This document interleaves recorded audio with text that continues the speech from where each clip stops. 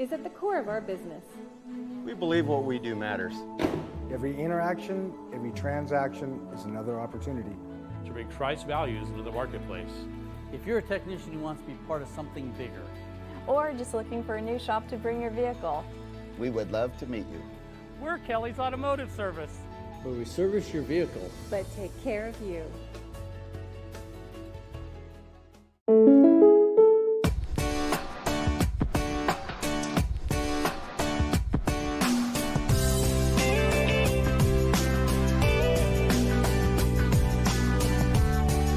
Combining your home and auto insurance could save you time and money. And who doesn't like that? Want surprisingly great rates on auto, home, and life? Now's the time to call State Farm agent Rory Wold in Medford. Like a good neighbor, State Farm is there. Thousands of satisfied customers make Jim Clark's Consignment Country the most recommended RV consignment lot on the West Coast. Even dealers recommend us. That success comes from dealing with only the cleanest pre-owned RVs at the best prices, no high-pressured salespeople, and treating customers with respect. And we've been doing this in the same location for over 40 years. Before you buy or sell your RV, see why so many satisfied customers recommend Jim Clark's Consignment Country. Family owned and operated at 1630 Rogue River Highway in Grants Pass.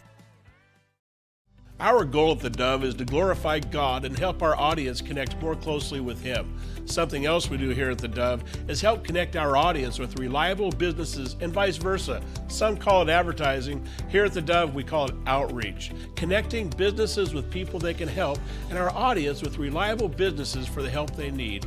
If you'd like to reach out to our audience with your business or service, give us a call, 541-776-5368.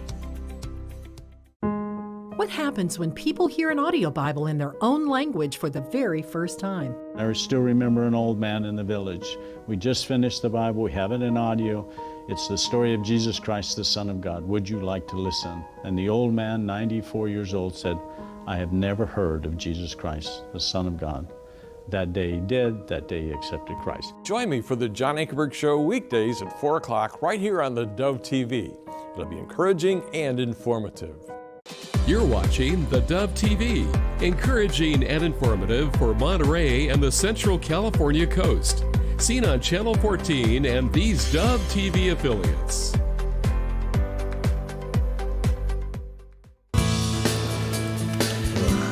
Good morning, good morning, good morning. Happy Wednesday. Welcome to Mornings on the Dove, where Jerry Bilden is known to just kind of let it go. Sometimes we try to get it back in. Let it fly. Yeah. Anyway, good morning to you. Happy Wednesday. Nice weather out there. Warming temperatures. Mm-hmm. In fact, we could see like the 8-something tomorrow. Yeah, it's getting close. Yeah. Getting close. So anyway, good morning to you. A lot in the news. There always is. We'll have that for you. The weather's beautiful.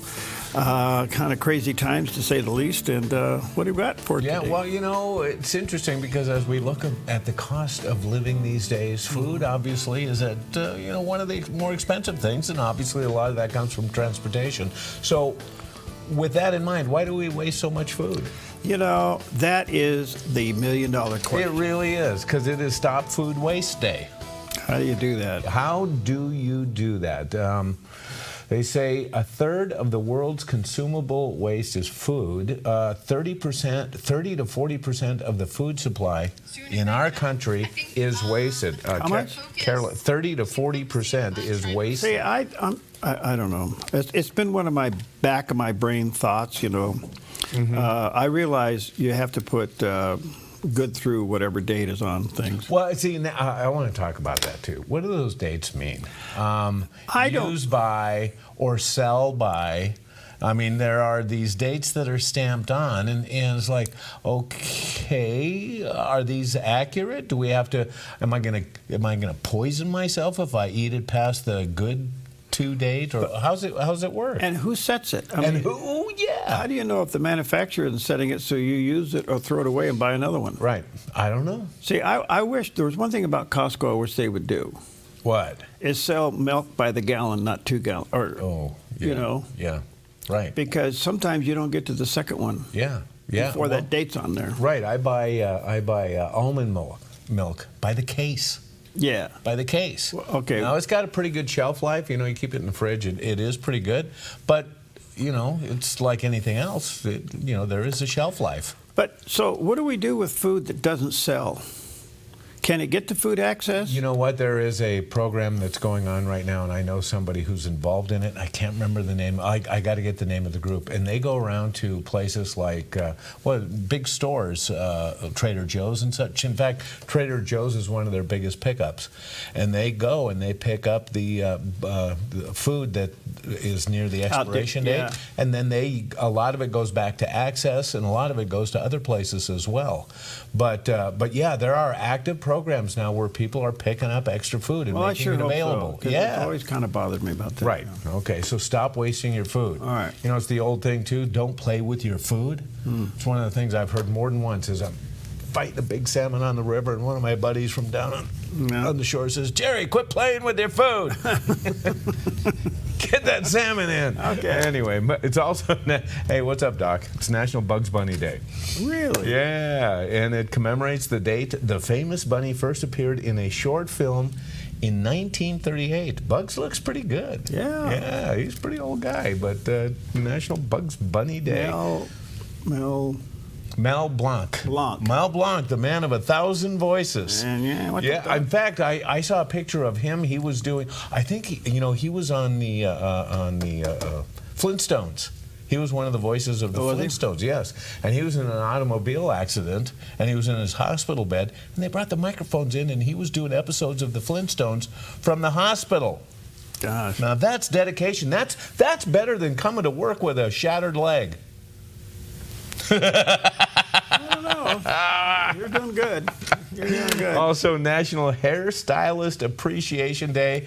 And if you like your hairstyle, you'll appreciate your hairstylist, right? Well, you know what's so interesting? What? I want to say this carefully. Come on, let it go. Okay, so has Pam ever gone to the hairdresser? Come on. And come back totally happy? You know what? Mostly. Now ask the other question. Have I been totally happy with when she comes home from the hairdresser? That's a much more touchy subject. I don't understand. They go there and they sit there and they have this moment of, femininity. Right, yes. And all the talks that go on in a beauty salon. Oh, yeah. Kind of like a barbershop. Oh, yeah. Okay. Right. And then come home and not happy with what was done. Yeah. Well, we have... it's nice when you are happy with your hairstylist. And Julia, we love you because she does a great job with Pam. And even if there are some things that aren't maybe quite the way, let's not say the way I like it, let's say maybe the way I'm used to. Change is a difficult thing sometimes, right? Listen. What does my file say about that? Well, I can't fix stupid. If you're stupid enough to tell Pam that you don't like her hairstyle, you're going to live with all the consequences. Amen, brother. I'm not going down that road again. No, don't do that one. Julia, we love you. You do a great job. Okay, National Adopt a Shelter Pet Day, and that's a great idea because there are thousands of pets out there. If you're looking for a dog, no better place to go than to the shelter. Get one. And, get a couple of them. Get a couple, that's right. It's National Bubble Tea Day. The Taiwanese developed a beverage in the 1980s, combining the freshness of natural tea, wholesome creaminess of milk, and the fun and delicious bubbles. The bubbles are also known as boba or pearls and are made from tapioca and complements any drink no matter what it is. Choose from teas with or without milk, ice, sugar, or a plethora of other ingredients, but there are the bubble tea right there. I've had one in my life, and it's delicious. These tapioca balls on the bottom, they're great. I can't think that I've ever had one. I know. If you ever get a chance, try it. Do you like tapioca? Yes. Okay. And it actually doesn't even taste like tapioca. It conforms to the taste of the drink. But if you have a chance, try a bubble tea because it is National Bubble Tea Day. It's also, we got a lot of things today. It's National Raisin Day. Tiny sun-dried grapes, good in oatmeal cookies, which is great because it's National Oatmeal Cookie Day, too. So we're combining them now. Wow. Raisins, very healthy, and oatmeal, and that's a healthy, snack as well, with the It's got a lot of, fiber in it, an excellent source of iron as well. So we got some healthy things for you. Bubble tea, raisin day, and oatmeal cookies. Man, fill up. Good. Enjoy. All right, good stuff all the way around. All right, well, he lives in a bubble. And he does the weather here. At the top of our region, conditions are trending drier and warmer. So today in northern Oregon and southern Washington, sunny skies with daytime high temperatures near 70 in Portland and upper 60s for Vancouver, Wilsonville, and McMinnville with a light north wind. Continuing down the Willamette Valley, sunny with daytime highs in mid-upper 60s from Salem through Albany, Corvallis, and Eugene, with a calm wind becoming north around 6 miles per hour this afternoon. Sunny skies continue across central Oregon with daytime highs near 70 in Prineville and near 67 in Bend and Sun River. Over in Boise, Idaho, sunny and breezy with a high temperature near 70.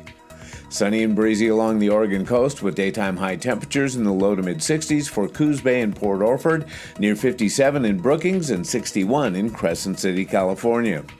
In southern Oregon, patchy fog, then sunny with a high near 78 in Grants Pass, sunny in mid to upper 70s for Medford and Ashland. In the Klamath Basin, sunny and near 71 with a light northwest wind. Into northern California with sunny skies and daytime high temperatures near 75 in Wairika, 87 for Redding and Chico, and near 85 in Sacramento with a light northwest wind and lows in the mid to upper 50s. In the Bay Area, patchy fog before 8 a.m. in Santa Rosa and Napa, then sunny in upper 70s, gradually becoming sunny in San Francisco with a high in the upper 60s, and today in San Jose, patchy fog, then sunny in 79. It's a snapshot of your Wednesday weather on the Dove. Okay, and there's a beautiful shot of the sunrise out over the southern Oregon region, better known as the Rogue Valley. We call it home. Mm-hmm. And a gorgeous shot this morning. Yeah. Well, excuse me. I think one of the things that we're seeing in culture is a diminishing of respect. Ooh, yes. And speaking of respect, do you give your respect to God? Well, here's Dr. David Jeremiah with a word. The first affirmation about God's sovereignty is this: because he is sovereign, I will give him reverence. The Bible says, the fear of the Lord is the beginning of wisdom. And the concept of fearing the Lord troubles some people, but we're not talking about a debilitating kind of fear. We're talking about a worshipful reverence for God. Christians were once described as God-fearing people. Do you remember those days? Nobody even knows what that means anymore. We seldom hear that phrase, and perhaps it's because we've lost the concept of the fear of the Lord. God wants us to reverence him, to bow before him, to fear him with healthy, godly awe. For God is sovereign, and he is worthy of our reverence and our respect. We have tried in our culture to bring God down to where we are because we feel so distant from him. But I say to you, leave God where he is and get on your knees and reverence him. He is worthy of your respect. Well, that's a deep subject. Yes, it is. Yeah. Because I wonder if we have just made God cool. Right. And and this brings up other topics inside of that, like what's appropriate to wear to church? What's appropriate for a worship leader to lead worship in church with respect and reverence? Is it a t-shirt? Is it cut-off jeans? Is it barefoot? I've seen some stuff that I just scratch my head at. Yeah, I mean, there are the extremes in Christianity where you have, that kind of expression. Right. You can swing well over to the highly liturgical church, the Catholic Church, the Orthodox Church, where everything is in high mass order. Yes, yeah. There are some things in the middle, Yes, yeah. But I think to your point is, I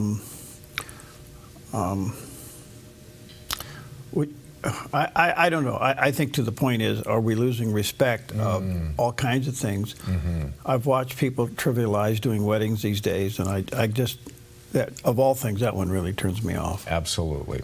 So, but anyway, that's hey, doesn't make me holier than anybody else. No, no. I think it's you should be respectful. Right, but it's interesting too, because sometimes what happens is we're in church and you're trying to get your mind right. You're coming before the Lord. Yeah. In reverence and respect. Yeah. And then something happens, say from the worship team or whatever's going on, and it kind of takes you out of that, and all of a sudden your wheels start grinding, and you go, "What's going on here? Is this right?" You end up becoming a product of your environment. Yeah. Yes. So all groups have their social identity, good or bad. So if your church's identity is coolness, sooner or later everybody takes on coolness. Oh, yeah. Yeah. And so you got to think about that. All right, so much for that one, because don't send me the letter, send me the letter.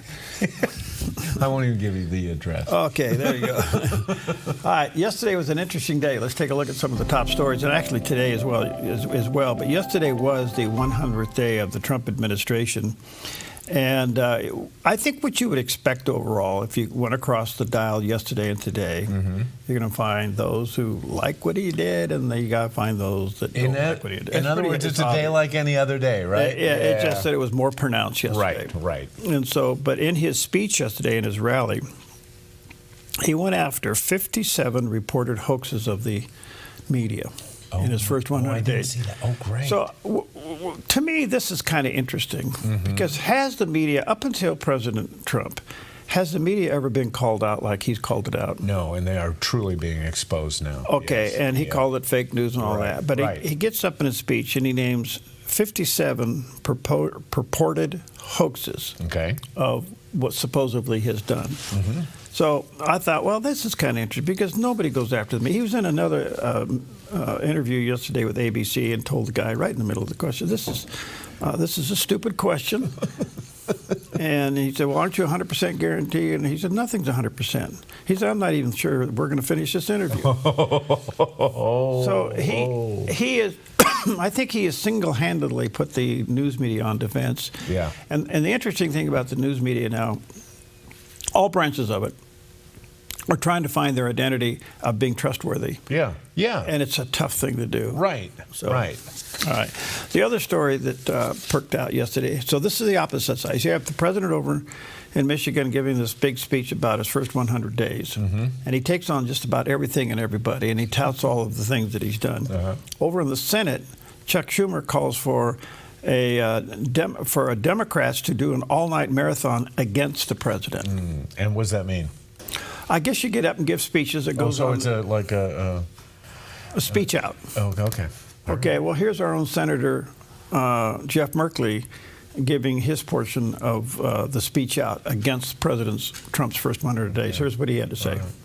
The first 100 days of Trump's administration has made clear that his quest for authoritarian power is a threat to the framework of our Constitution, to the separation of powers, to the checks and balances that must be fiercely resisted by Congress. And I call my colleagues across the aisle, remember, your oath is to the Constitution. You did not take an oath to the President of the United States, not to one individual. That's what people do when they kneel to a king. And we are not a kingdom, we are a republic. And to the American people across the country who are angry and disturbed by what is happening, who want to stop this authoritarian takeover, I have 3 suggestions. Get off the couch. You can't help change the world curled up in a fetal position on your couch. Second, fiercely hold your elected representatives accountable with your phone calls, with your mail, with your demonstrations outside their office. Hold your representatives accountable. That's what you get to do in a free nation. And third, join affinity groups. Being angry and frustrated alone is depressing. Being angry and organized with others is energizing and effective. Okay, so it would be easy to pick that apart, but the thing of it is, yesterday was the dividing line of the 100 days. Those who thought he's doing a good job, those thinks he's become a dictator. So that doesn't surprise me. I mean, I think the problem that the left has They don't have a message that's resonating. Right. They can't find something that legitimately gets traction. Right. And they have no leader. Right. Yes. And so they're coming apart at the seams. And so the thing is, let's be angry and organize and demonstrate. You know what else they don't have? They don't have any credibility. You know, they talk about these issues and they think, well, wait a minute. Do you forget what happened in the last administration with the weaponization of the Justice Department? You talk about the rule of law and what they did during those, but what else are they going to say? This is what they ran against Donald Trump during the last election cycle. He's going to be a dictator. He's a threat to democracy. He's all these things. So now, 100 days in, they're just going to reiterate what they've already thrown at us. So that's what they have. Have you heard them come out with an alternative solution? Absolutely not. Okay, so they're trying to win by demonizing. Absolutely. It has worked in the past. Yep. It's not working now. Yep. Yeah, I think you're right. And so, but anyway, so they had a Democrat marathon in the Senate, and the various senators got up, Democrats, and blasted the president. I guess that's what you do these days, okay? Yeah. Continuing on in his speech yesterday, this one was kind of interesting to me. Because this may have been a message to the new Prime Minister of Canada. Oh. In an indirect, surrogate way. Okay. The president called out what he calls the globalist elites and politicians for bleeding America dry. He called them the sick political class. Oh. Now, there's a part about President Trump people can't stand. And that is? Name calling. Yeah, well, true. Yeah. Yep. Okay? Yep. But what he is saying here is, sorry, globalists, you're not going to bleed this country under my watch. I got a funny feeling people understand that. I think so. Yeah. Here's what he had to say. After 100 days back in the White House, America is a free, proud, and sovereign nation once more, and our magnificent destiny is closer than ever before. It's closer than ever before. You have no idea how close it is. Our golden age has only just begun. We are one people, one family, and one glorious nation under God. We will never give in. We will never give up. We will never back down. We will never, ever surrender. We will fight, fight, fight, and we will win, win, win. Together, we will make America powerful again. We will make America wealthy again. We will make America healthy again. We will make America strong again. We will make America proud again. We will make America safe again. And we will make America great again. I love you, Michigan. I love you. Have a good time. Thank you. God bless you all. Wow. Okay, so I have to say one thing about the president's term, Make America whatever again. Yeah. Yeah. Brilliant. Yeah. And it's working. Safe again, healthy again, great again, powerful again. There's nothing in those adjectives that you would disagree with. Yeah, right. And so it's an amazing phrase that he came up with, and it's working very, very well. So yesterday was the ultimate expression of the first 100 days of the presidency of Donald J. Trump 2.0, and those thinks he's doing a great job. Those thinks he's a lousy dictator and scumbag that needs to be thrown under the bus. Yeah. So do you really expect anything else? No. Okay. No. What else do they have? I don't know. I'm just waiting to see what they have for traction. You know, they're trying everything. They can't find something. Right. They just can't find the right thing. Yeah. And if I was a secret Democratic consultant, and I'm inside the DNC, I would say, guys, gals, okay, your message has no hope. Yeah. No hope. It's fear. Okay. And anger. Yeah. And you're turning off the base of America called the Woman 3554. Change your message. Yeah. But hey, here, talk to that and see what you. Start talking to that right there. Good luck. We'll be right back.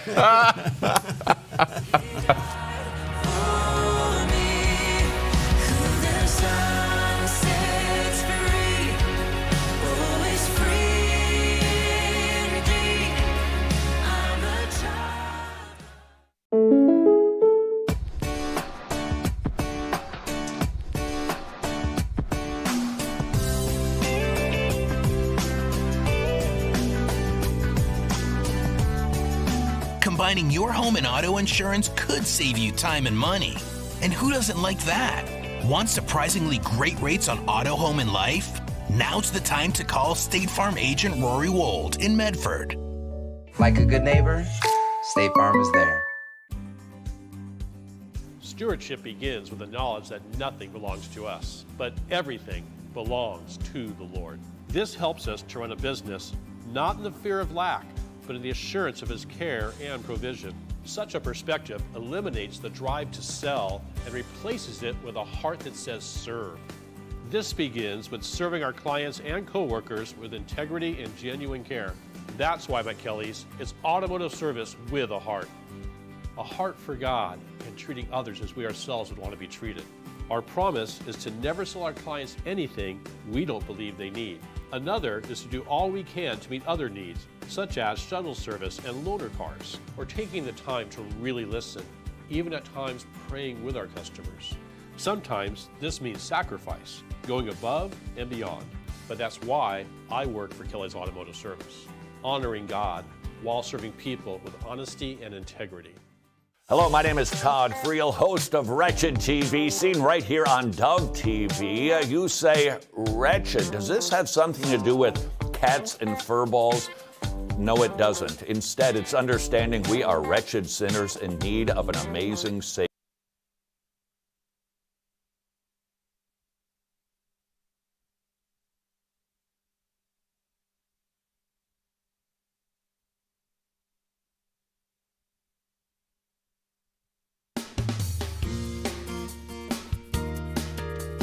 Hey, hi-ho the Dario.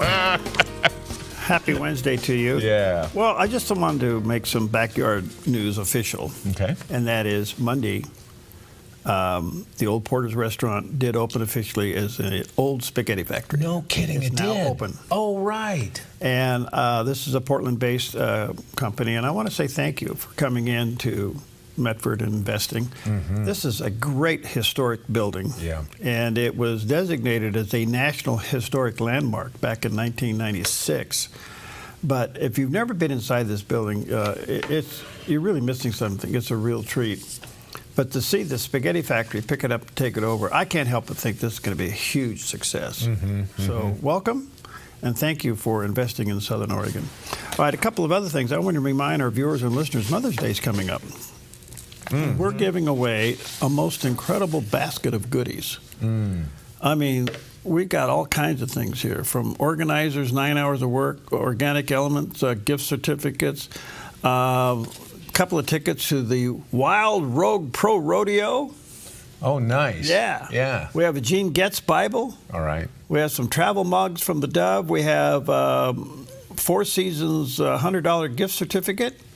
This is all for Mom. So here's what you do. All right. You write a short little Why My Mom is Terrific. Why My Mom Makes Our Home Home. And 300 words or less, and then send it to contest@thedove.us. All right. And we have a team of people that are going to read that. So if you go to the Dove website, thedove.us, click on the contest@thedove.us, and enter 300 words or less about your mom. And we have a team here that'll read this and select one. So get your name in the hat right away. Hey, okay? Mom's watching. Yeah. All those things I said in the 8th grade. We did one of these things as a school competition. Yeah. Once. Why is my mom's the best? Did you win? I won. Yeah. I did. Yeah. And she got a gift certificate to different retailers downtown Visalia, California. Oh, really? Yeah. Oh, man, it was good. So, Mom, all those things that I said in the 8th grade, it's all still true. Okay. Thank you. So I could tell you what Jerry wrote. And it wasn't 300 words. I only get spanked once a week. Right? Yeah. And you won. Yeah,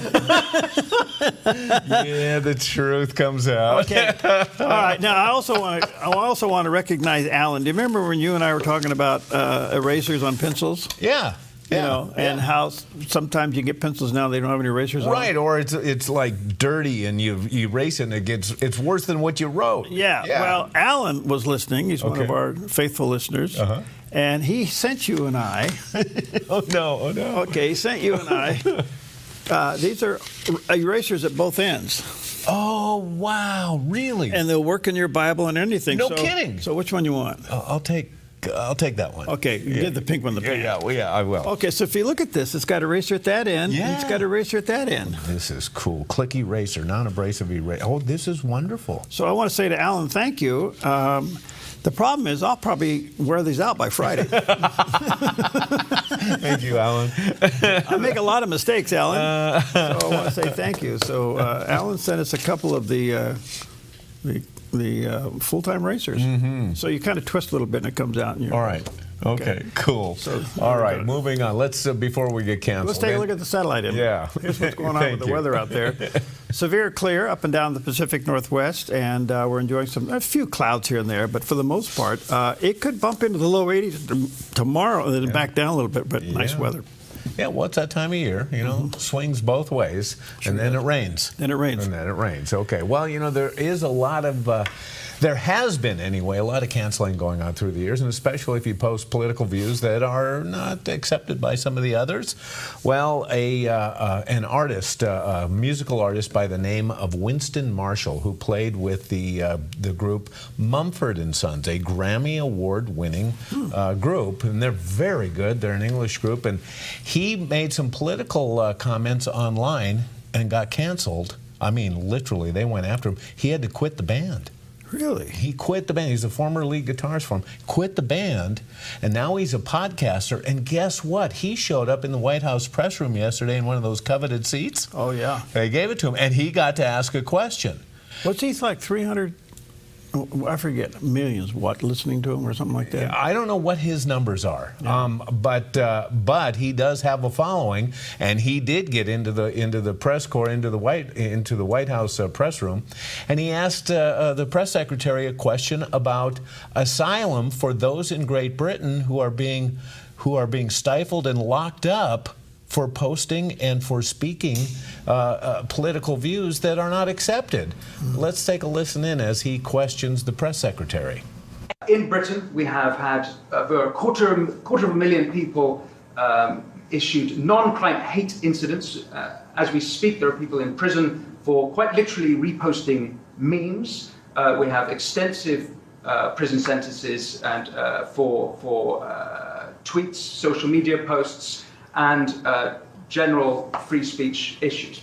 Would the Trump administration consider political asylum for British citizens in such a situation? Well, to your latter question, it's a very good one. I have not heard that proposed to the president, nor have I spoken to him about that idea, but I certainly can and talk to our national security team and see if it's something the administration would entertain. Can you imagine a Brit, of all people, seeking political asylum in the United States? For speech. For speech. They're reposting memes and they're getting locked up in prison. Wow. Yeah.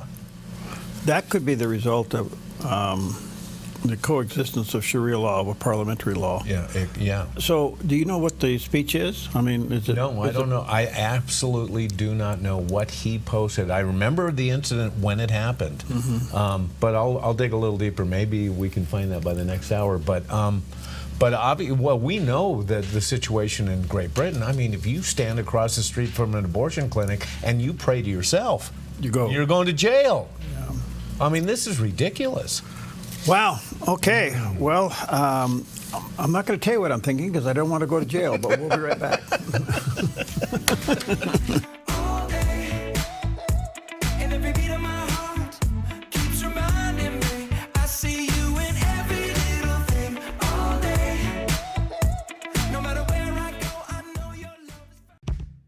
Your property demands equipment with more reliability, durability, and versatility built in. Kubota equipment is ready to get the job done right.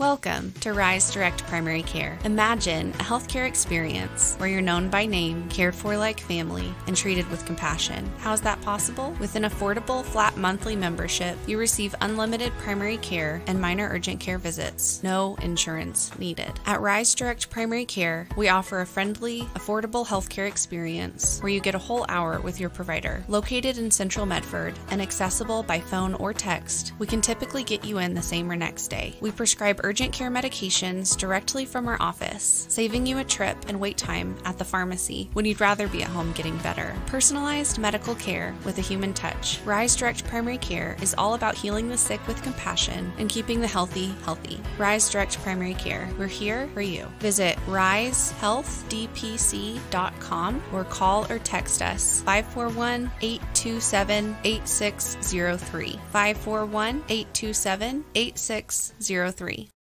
Your yard is where life happens, but it can be muddy and hard to maintain. Enjoy a maintenance-free artificial turf lawn all year round with Smart Lawn LLC. No mowing, no fertilizing, no watering. Our synthetic grass is beautiful and resilient. It's certified to be lead-free and there's no need for pesticides. Safe for your children and pets. Smart Lawn LLC has all your artificial turf and putting green areas covered beautifully. 541-941-3538.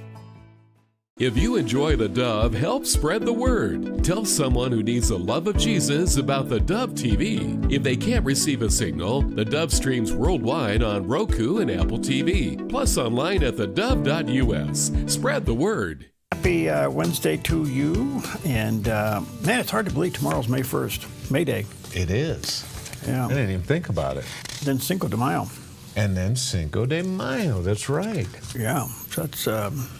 in fact, we were having dinner last night at one of our favorite Mexican restaurants. Okay. And they were announcing that their back porch will be open on Cinco de Mayo. Okay. On Cinco what? De Mayo. Okay. Did I say de Mayo?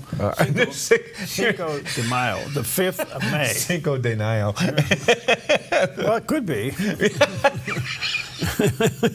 Okay. Well, it sounds good so far. Yeah, I don't know. And I said, well, you have a water fountain out there? Yeah. I went up there and they do. So I thought, okay, you got to have a water fountain outside, right? Well, well, unless, if you're Miguel's in Shady Cove, you got the Rogue River.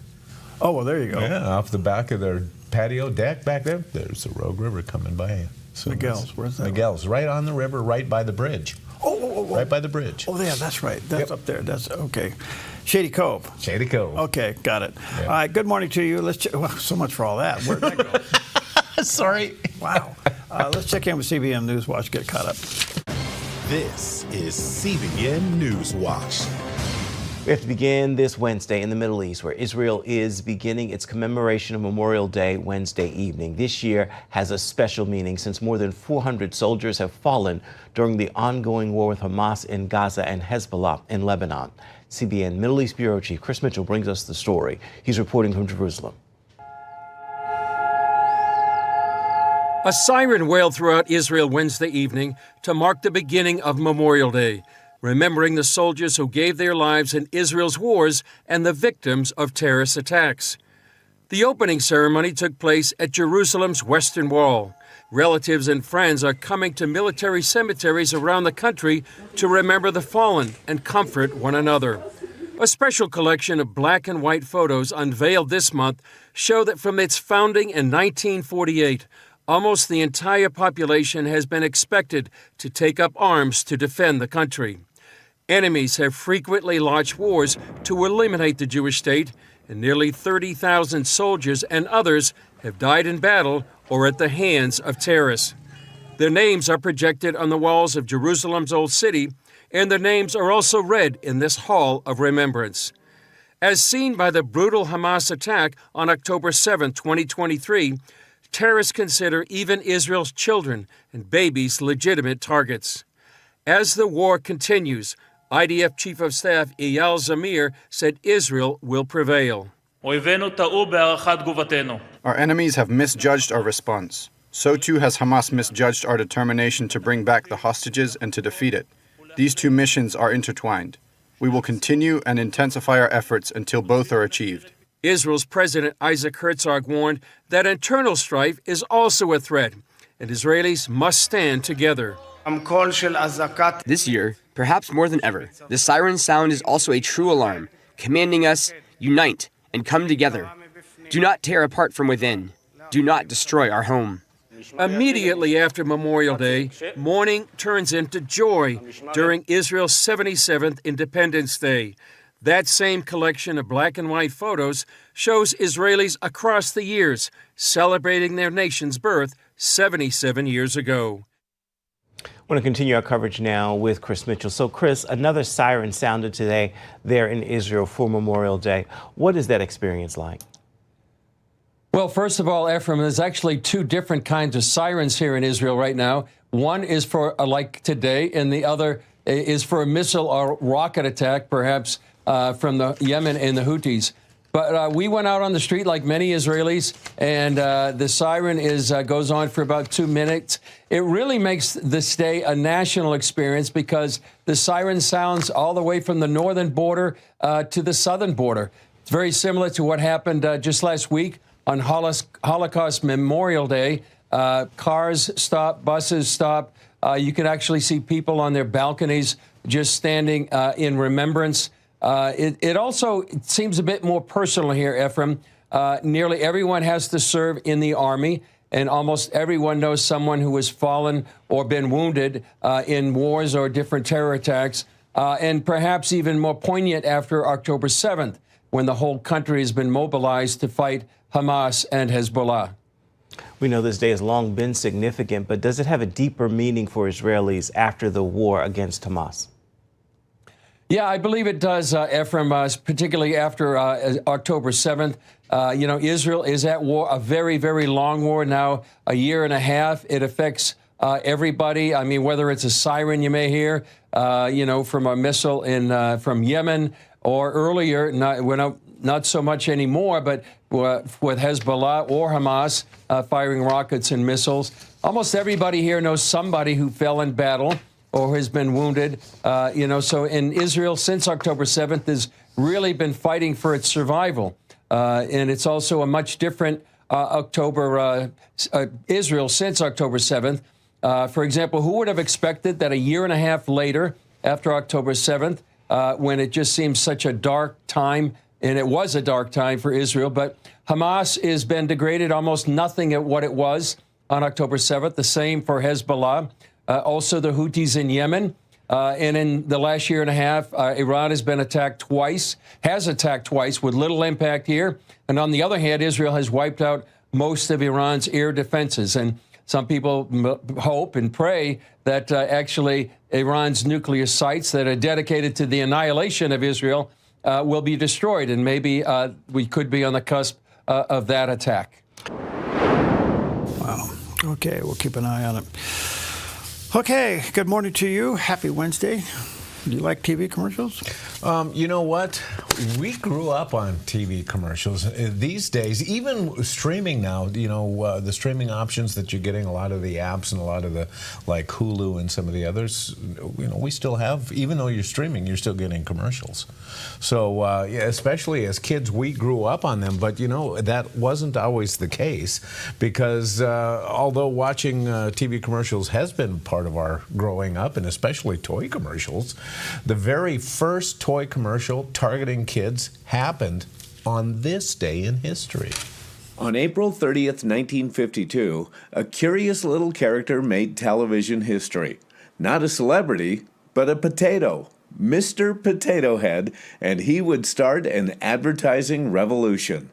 In a bold move, Hasbro aired the first ever television commercial aimed directly at children. The product? A 98-cent kit bursting with personality featuring 28 stick-on parts like eyes, ears, and goofy grins. But there was a twist. You had to supply your own real potato. With a catchy jingle and the novelty of a toy that could be your dinner, they struck gold. By the end of 1952, more than 1 million Mr. Potato Heads had found their way into American homes, reshaping not just potatoes, but the entire toy industry and television marketing. It was the dawn of a new era, when kids became consumers and a potato a pioneer. Well, no, some people aren't really happy with that, that kids became consumers, but boy, did we. And, especially the boomers, we were the generation of hula hoops and Levi jeans and Mr. Potato Heads and specific ads targeting us, 76 million kids. Do you understand some of the ads today? No. Some of them are just a little bit beyond me. I find it interesting watching ads. I go, what did they just try to tell me? Yeah, right. And yes. And what in that ad would prompt me to want to buy their product? So it's branding. It's what it is. It is branding. It's branding. But we all watch the Super Bowl because we want to see what's we want to see the commercials. And what's the one that we usually comment on? It's the one that you understand, and it makes you feel good. Yeah, true. Yeah. So I don't know. Being in this business for all these years, and especially advertising, you really scratch your head. What's going to work? What's different? How can you make this stand out? Right, you just pull your hair out trying to figure out what word do I use. What visibility do you use, and all this and that. But Peggy and I'll sit there and wonder, what did they just communicate to us? Right. And I have to tell you, the back shadow messaging that goes on by who does the ad. More and more LGBTQ expression in the ads today. Yeah. And the problem with that is you're sitting there with your kids.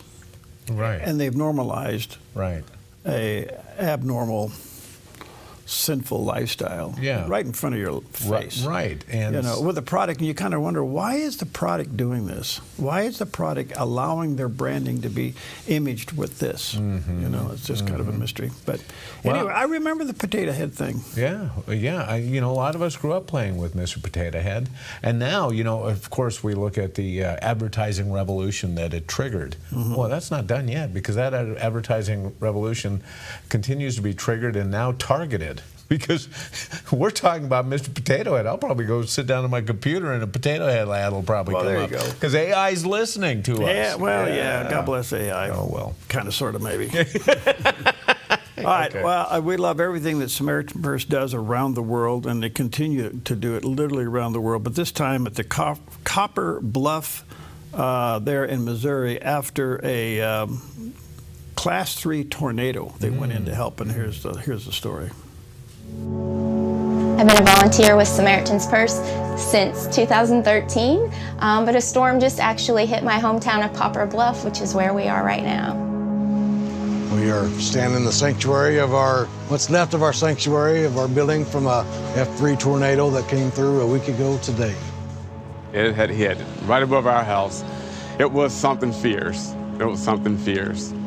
The very night that it hit, we head straight over to the trailer court that's over the hill, where the trailers were turned over on their sides, upside down on top of each other. Many of those are part of our congregation. There were trees on roofs, crashing through houses, smashing vehicles. It was pretty wrenching. And the pastor went over and was trying to get as many as he could, because the middle section of our building is in the shape of a cross. It is a concrete storm shelter, and they rode out the storm right there. We were in prayer throughout the whole tornadic event. God pulled us through. I'm used to going to other communities, but when I drove into my hometown and saw my neighbors serving their neighbors, yeah, it was pretty emotional and very different. So I'm proud of my town. Never seen our community come together the way it has through this. We all know it. We've all been taught it. I've taught it from the pulpit that the building is not the church, but it's been a whole nother level through this. It's been real that I can look at all this and it's not the church.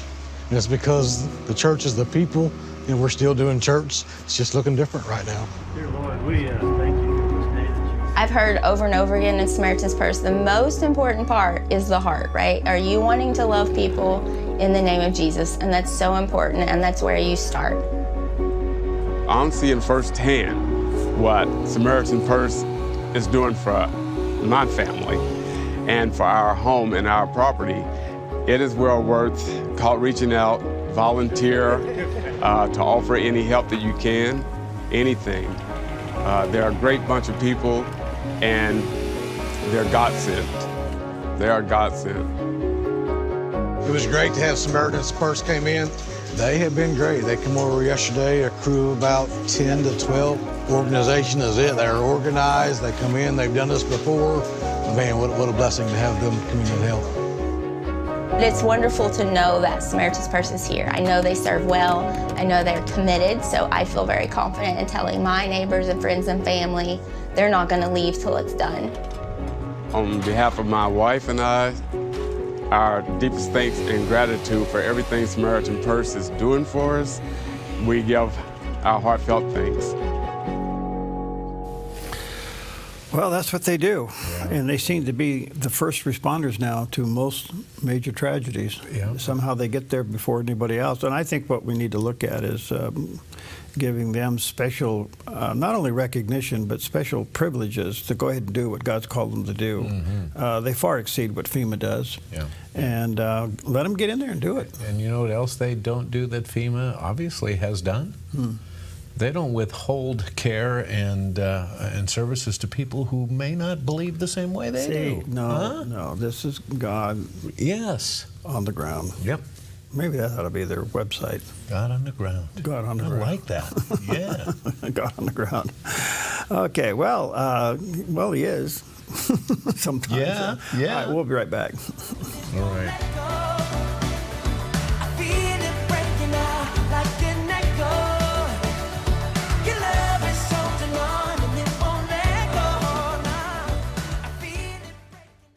In the heart of the Rogue Valley, RVTD connects us all, not just through miles traveled, but also through time. 50 years ago, public transportation laid the foundation for growth in Southern Oregon. These early buses didn't just carry passengers, they carried progress, connecting communities and fueling dreams. Today, RVTD moves with the pulse of the Rogue Valley. More than just a bus ride, it's a lifeline for workers, students, and families, ensuring access for all to jobs, schools, and essential services. With renewable technologies and more convenient ways to get around, RVTD's building a future that keeps our region connected. Public transportation isn't just about getting from here to there. It's about the journey. Join RVTD as they build on their legacy of sustainability, innovation, and community. Rogue Valley Transportation District, celebrating 50 years of moving our community forward.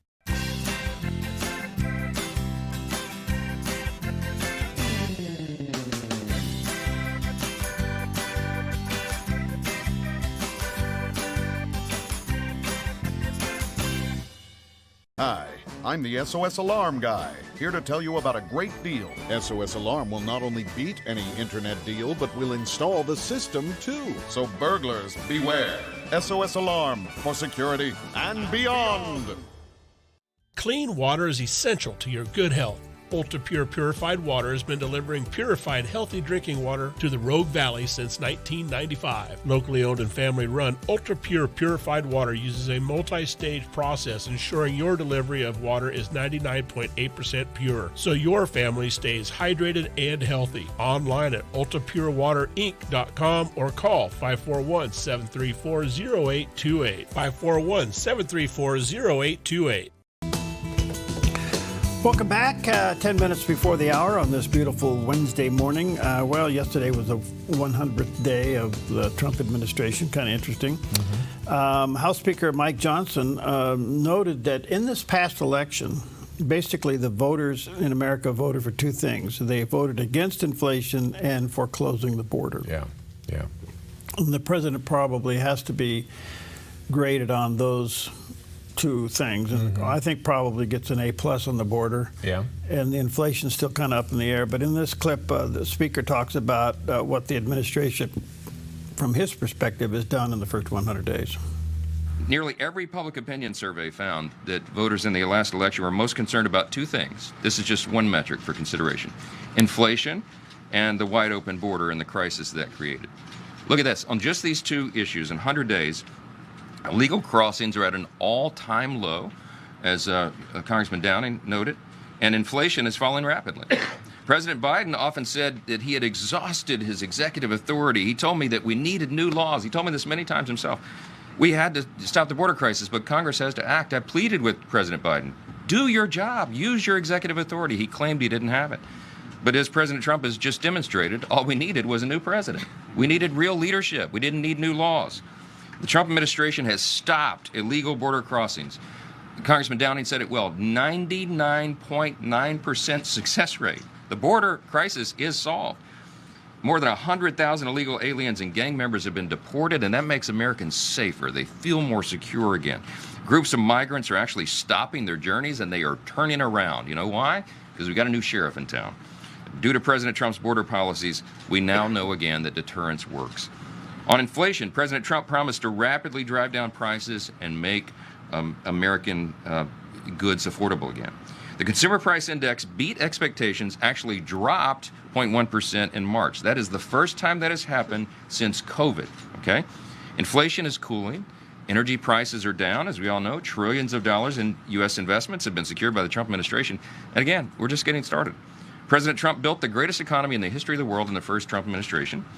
And we know that he can do it again. And we're going to help. And that's what we're engaged in. People are excited all around this country. Mm-hmm. Wow. So that's his perspective, you know. I'm glad to see yesterday come and go, because it was just such a contrast from one headline to the other. Right. I mean, there was no middle ground of anything. Right, and it depended a lot on which news organization you got your information from, especially on the 100th day. You know, you listen to guys like, this clip here, or Sean Hannity. You got the positive, but if you listen to CNN or MSNBC, you got the opposite. Yeah, and you'd almost expect that. I mean, that's where Absolutely, where the lines are drawn. Yeah. But the other thing that came out of this yesterday, and it might have been President Trump, I don't know, but somebody's calling on Fox to get another polling company. Oh, really? Oh. Because the polls that are coming out that is sponsored by the Fox company don't correspond with the actual economic facts.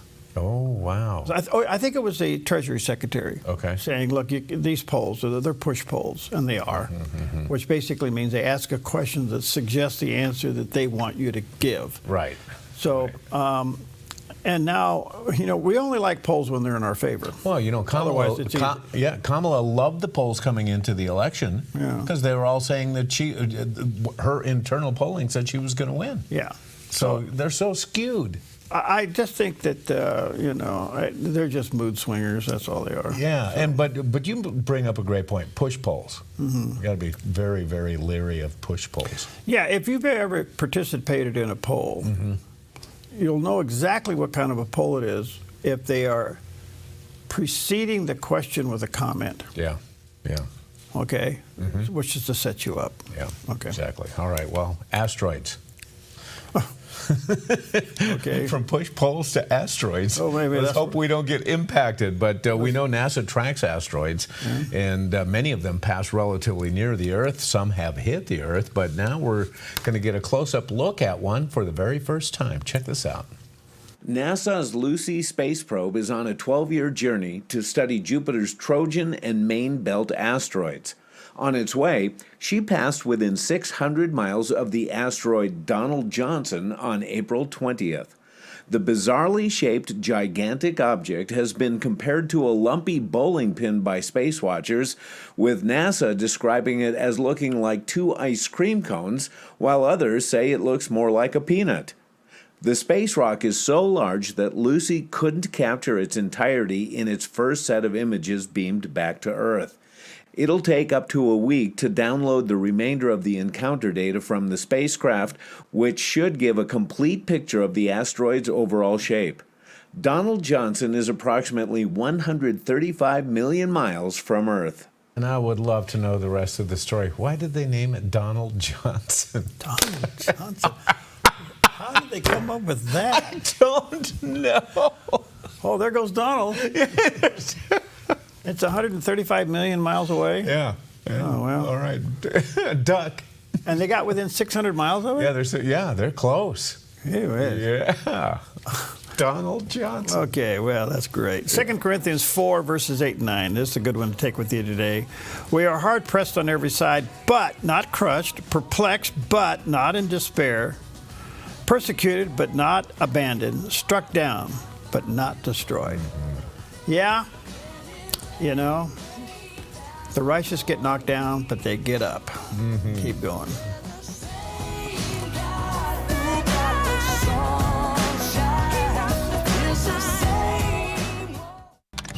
Black Flag Armory offers top brand affordable rifles, shotguns, handguns, and gear. We also offer an array of classes emphasizing safety, self-defense, and accuracy. We strive to provide the absolute best possible experience when buying a firearm. Family friendly for every skill level, Black Flag Armory in Midford and Grants Pass. Online at blackflagarms.com or 541-499-0779. 541-499-0779.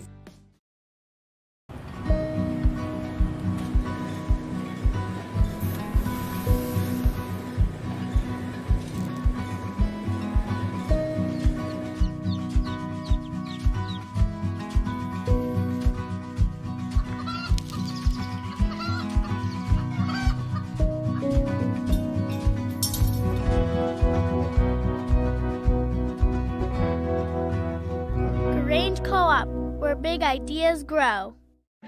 The threat of wildfire poses a growing risk to Oregonians. You can prepare now by taking 3 important steps.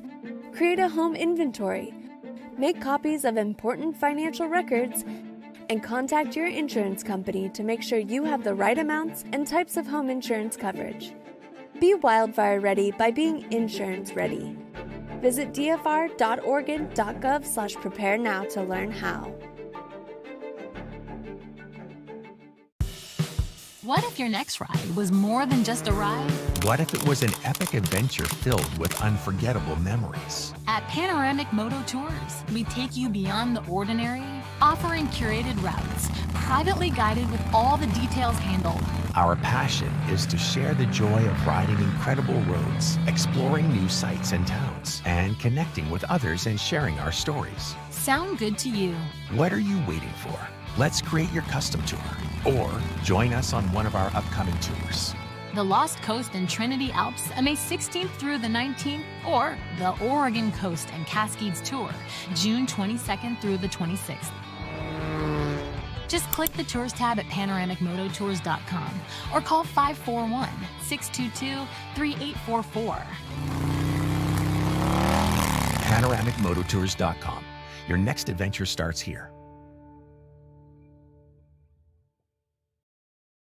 Transformed is a groundbreaking series that every week takes you behind closed doors to witness biblical counseling with real people facing real issues. Watch Mondays and Thursdays only on theDove TV. The Battle of Political and Religious Liberty with Jay Sekulow, Wednesdays and Thursdays on theDove TV, encouraging and informative.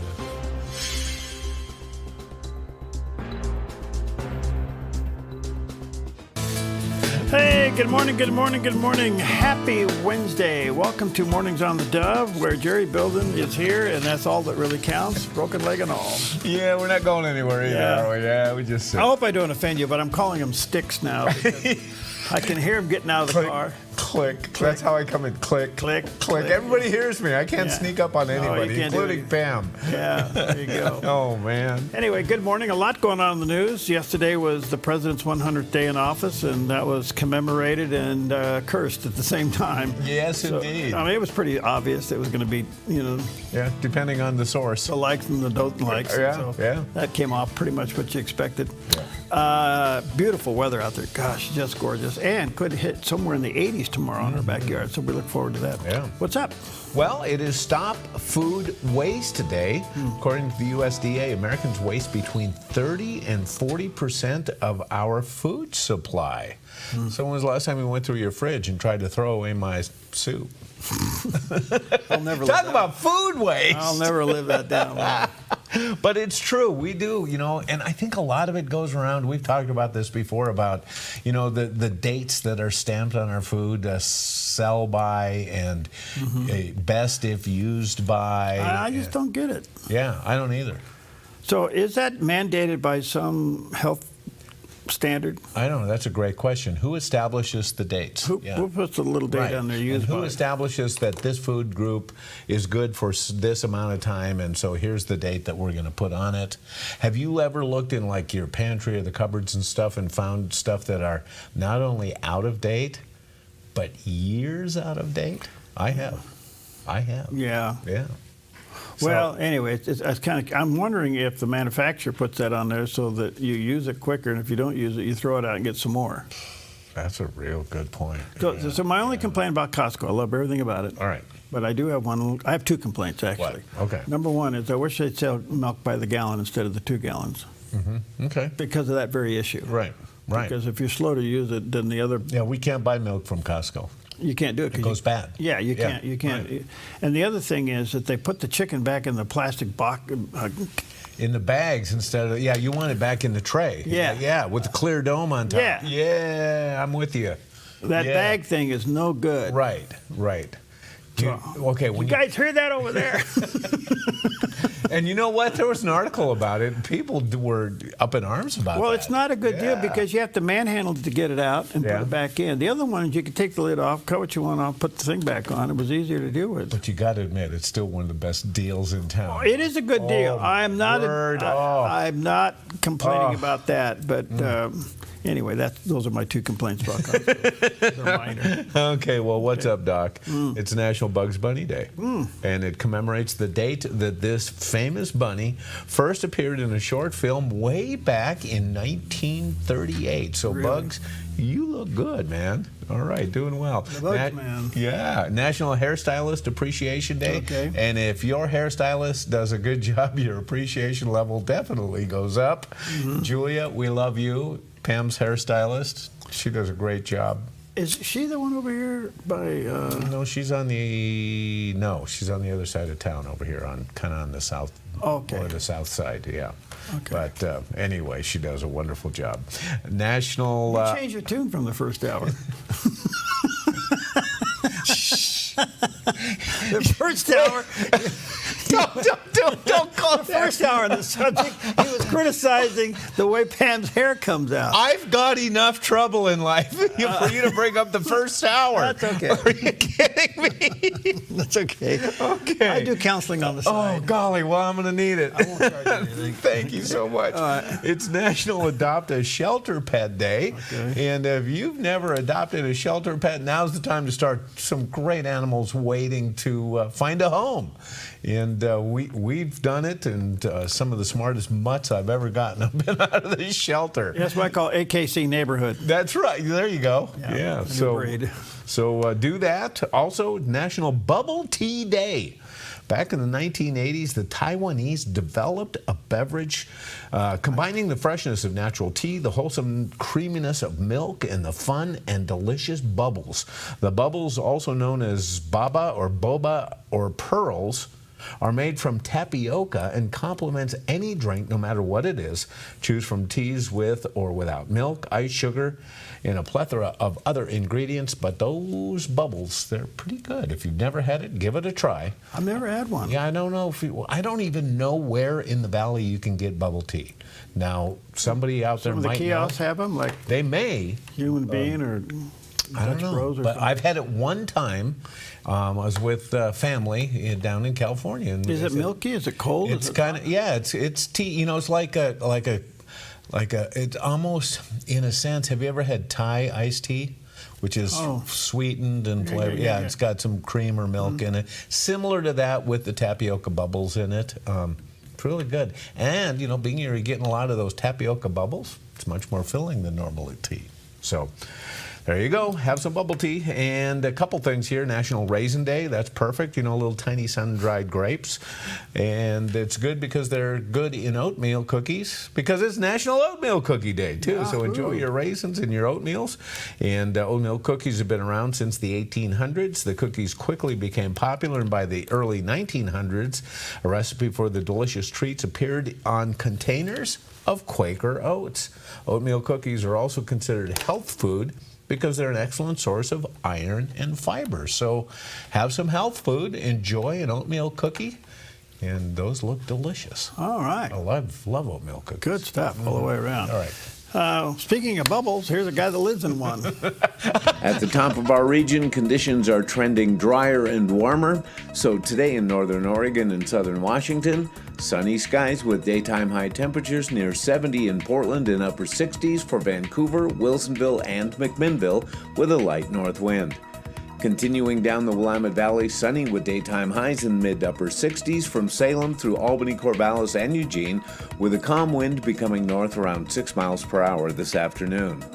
Sunny skies continue across central Oregon with daytime highs near 70 in Prineville and near 67 in Bend and Sun River. Over in Boise, Idaho, sunny and breezy with a high temperature near 70. Sunny and breezy along the Oregon coast with daytime high temperatures in the low to mid-60s for Coos Bay and Port Orford, near 57 in Brookings and 61 in Crescent City, California. In southern Oregon, patchy fog, then sunny with a high near 78 in Grants Pass, sunny in mid to upper 70s for Medford and Ashland. In the Klamath Basin, sunny and near 71 with a light northwest wind. Into northern California with sunny skies and daytime high temperatures near 75 in Wairika, 87 for Redding and Chico, and near 85 in Sacramento with a light northwest wind and lows in the mid to upper 50s. In the Bay Area, patchy fog before 8 a.m. in Santa Rosa and Napa, then sunny in upper 70s, gradually becoming sunny in San Francisco with a high in the upper 60s, and today in San Jose, patchy fog, then sunny and 79. It's a snapshot of your Wednesday weather on the Dove. Okay, beautiful shot off the top of Roxanne, looking westward this morning. The shadow of the mountain still down on the valley a little bit, and the sunshine on the tree coming over the top of the mountain. So if you look way out there, you'll see kind of a bare spot. That's the airport, and that's where we are. So, all right. Isn't that nice? Here's a great message with Dr. David Jeremiah talking about the fact that God will not only always do what is right, he will always do what is good. I will respond to him in obedience. When people disregard God's sovereignty, they disobey him. But let's reverse the equation. If irreverence produces disobedience, then surely reverence should promote obedience. When we grasp the sovereign authority of God in and over everything, from the broadest galaxy to the smallest grain of sand, we gladly submit to his will for our lives. He's the captain. He's in control. His eye scans the maps and he knows what's best for us. We may not always like the weather or the scenery or the route, but those issues pale in the brilliance of his sovereign face. Whatever happens to us, whatever God tells us is the Lord, let him do what seems good to him. Abraham said something similar when he learned the fate of Sodom and Gomorrah. He said, "Shall not the judge of all the earth do right?" Ladies and gentlemen, the Lord will do what seems good to him, and the judge of all the earth will do right. We get shook up by what's happening, whether near us or far away, but the problem is our own human perspective. That changes when we remember that God is in charge. He sees everything from beginning to end, and the more we comprehend that, and the more we gladly resign ourselves to his will and obey what he says, and we come to the place where we can say, it is the Lord. Let him do what seems good to him. He will do what is right. He will always do what is best. He brought up a very, very salient point there, and that is our human perspective. Because sometimes we got some stinking thinking. Oh, gosh. Oh, my goodness. And we're so limited. Yes, we are. And we think we're so smart. Yeah, we have those moments, don't we? Yeah, we do. We think, we got all the answers to everything. And so have you ever been humbled by the Lord? Oh, big time, yes. Yeah. Yep. So, okay. Enough of that. How'd that go? Yeah. All right, let's take a look at some of the big stories. Yesterday was the 100th day of the Trump administration. And as you would expect, accolades on one side and super criticisms on the other. Oh, yeah. That's what you would expect. Yeah. The president runs off to Michigan to give a speech. I didn't watch the whole speech. You got bits and pieces of it. But there was a couple areas of the speech that were kind of interesting, and that is, he's always been a hound dog against fake news. In fact, he's the one that came up with the term fake news. Yeah, yeah. So he pointed out 57 purported hoaxes that the news has made in his first 100 days. Okay. How they took something and they even tried to fact check him and got it wrong. Oh, gosh. So I will say one thing about President Trump, like him or not, he has really taken on the news media and has reshaped it. Yes, he has. Yeah. Whether you like it or not, Yeah. he has put some of the news. Well, I guess the news organizations that put him in a tailspin. All right, if you have any doubt, speak with the staffers on 60 Minutes. Well, 60 Minutes is on. I cannot believe what's happening to CBS. And he has a $20 billion lawsuit against him. Yeah. So, and they're unwinding like crazy. The producer is 60 Minutes. And 60 Minutes was a great program. Yes. But it slowly morphed into, like most of these do, they have their personal biases. Right. And they spin it in such a way that they're giving you the truth and everybody else is crazy. Exactly. And it fell apart on them. So the other thing is, Chuck Schumer, he's not doing so well in the Senate these days. He's still the minority leader, but he's having a hard time. His ratings are going down. And people are saying, is he vulnerable for a primary? We'll see. He's got a ways to go. So what did he do yesterday? The president's over in Michigan giving a speech touting his 100 days. The Senate Democrats are doing a all-night marathon rally against the president's 100 days. Okay, so the various U.S. senators from the various states had to get up and give a speech about how bad President Trump is. Here's our own Senator Jeff Merkley.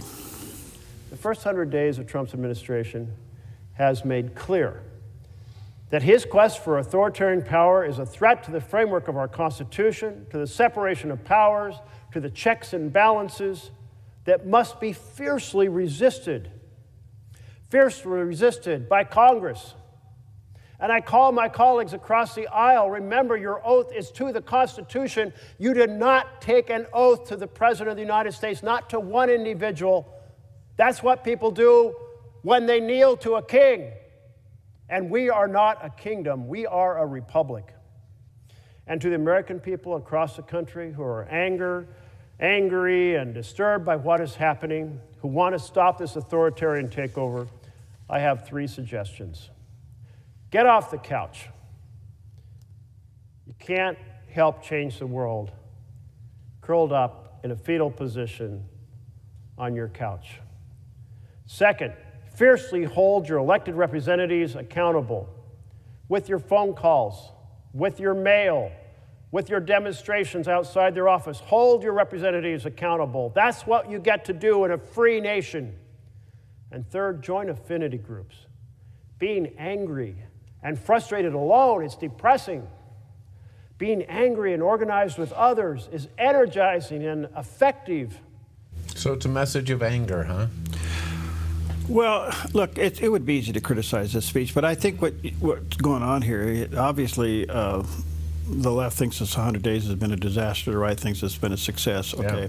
Yeah. The problem here is this would have been a great opportunity, I should say, for Senator Merkley to get up and give 3 positive things about what he thinks the solution is for America. Yeah, right.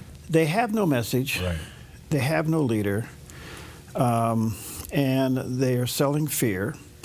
And isn't it interesting he would use the word republic when all along they mean democracy? Isn't that interesting? Yes. So it's a classic example of them blaming you for what they're doing. They've never been called out and being blamed for what they're doing like they are now. And so the reverse of the table is he's a dictator. True. When actually that's what Biden was. Yeah.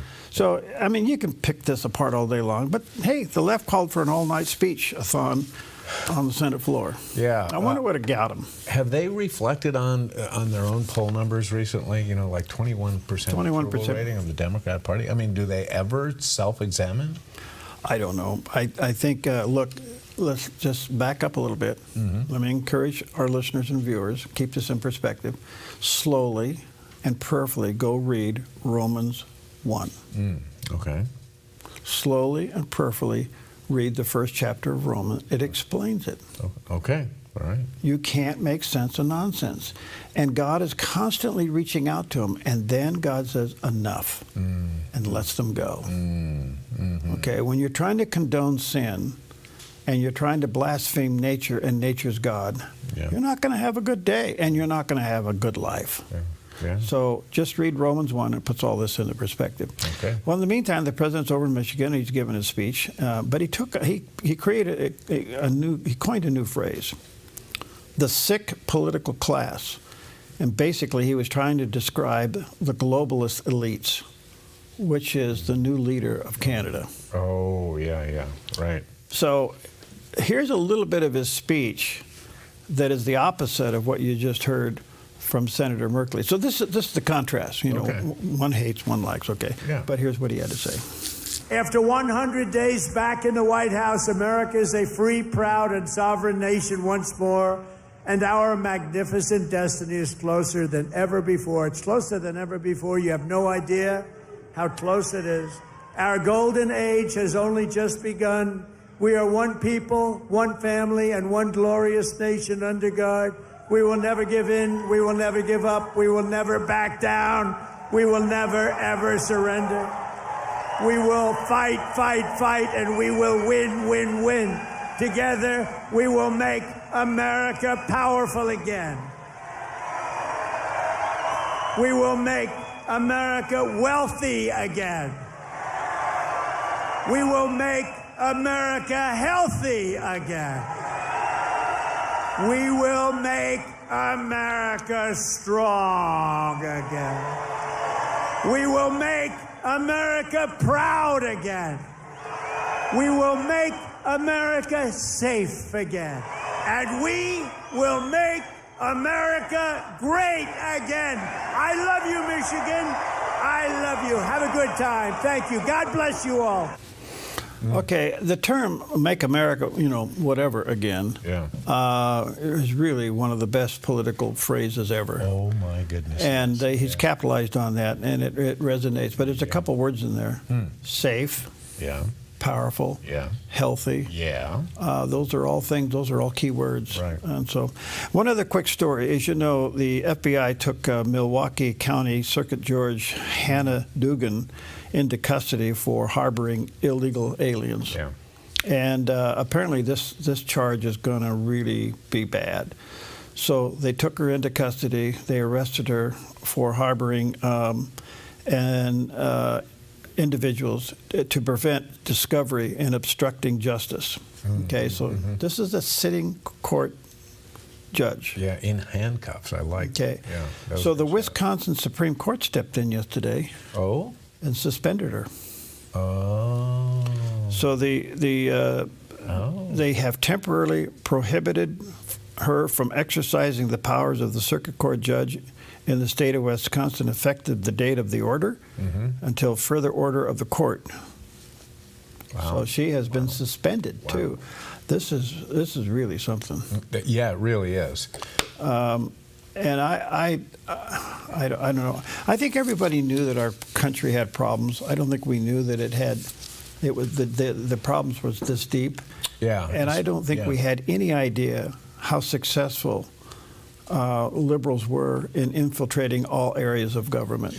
Right, and I think one of the most shocking is in how deep it's gotten into the judiciary, and we certainly saw that with the Trump cases and the judges and the rulings that went on. And so this has really been exposed.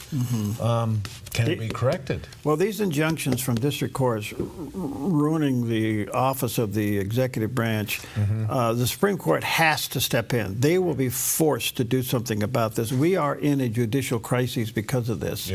And they're outside of their bounds, and the only one that can put them back into place. People say, well, the Congress has to do that. Okay, this is really a tricky ground. Congress can define the areas of a district court. Okay, which they have done. And we actually need more district court judges because the cases are backed up. But we have judges with an agenda. We have judges with a bias, and now they're going out of their jurisdiction to influence the executive branch. Normally in the past, the Supreme Court only got in as to the merits of a case. But the authority, the court's under investigation now. Will the Supreme Court step in? I wonder. And will they protect one thing that they have to protect, and that is the executive branch's authority to govern.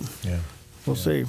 Kind of interesting. But anyway, her own Supreme Court slapped her down yesterday. That's a tough one. That was interesting, You like spaghetti? Love spaghetti.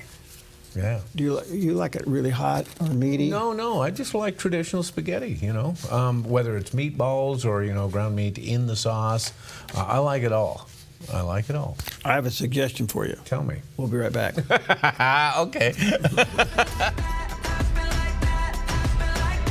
You can see the stars align, but I know that it's more than timing. How do miracles just happen like that, happen like that, happen like that?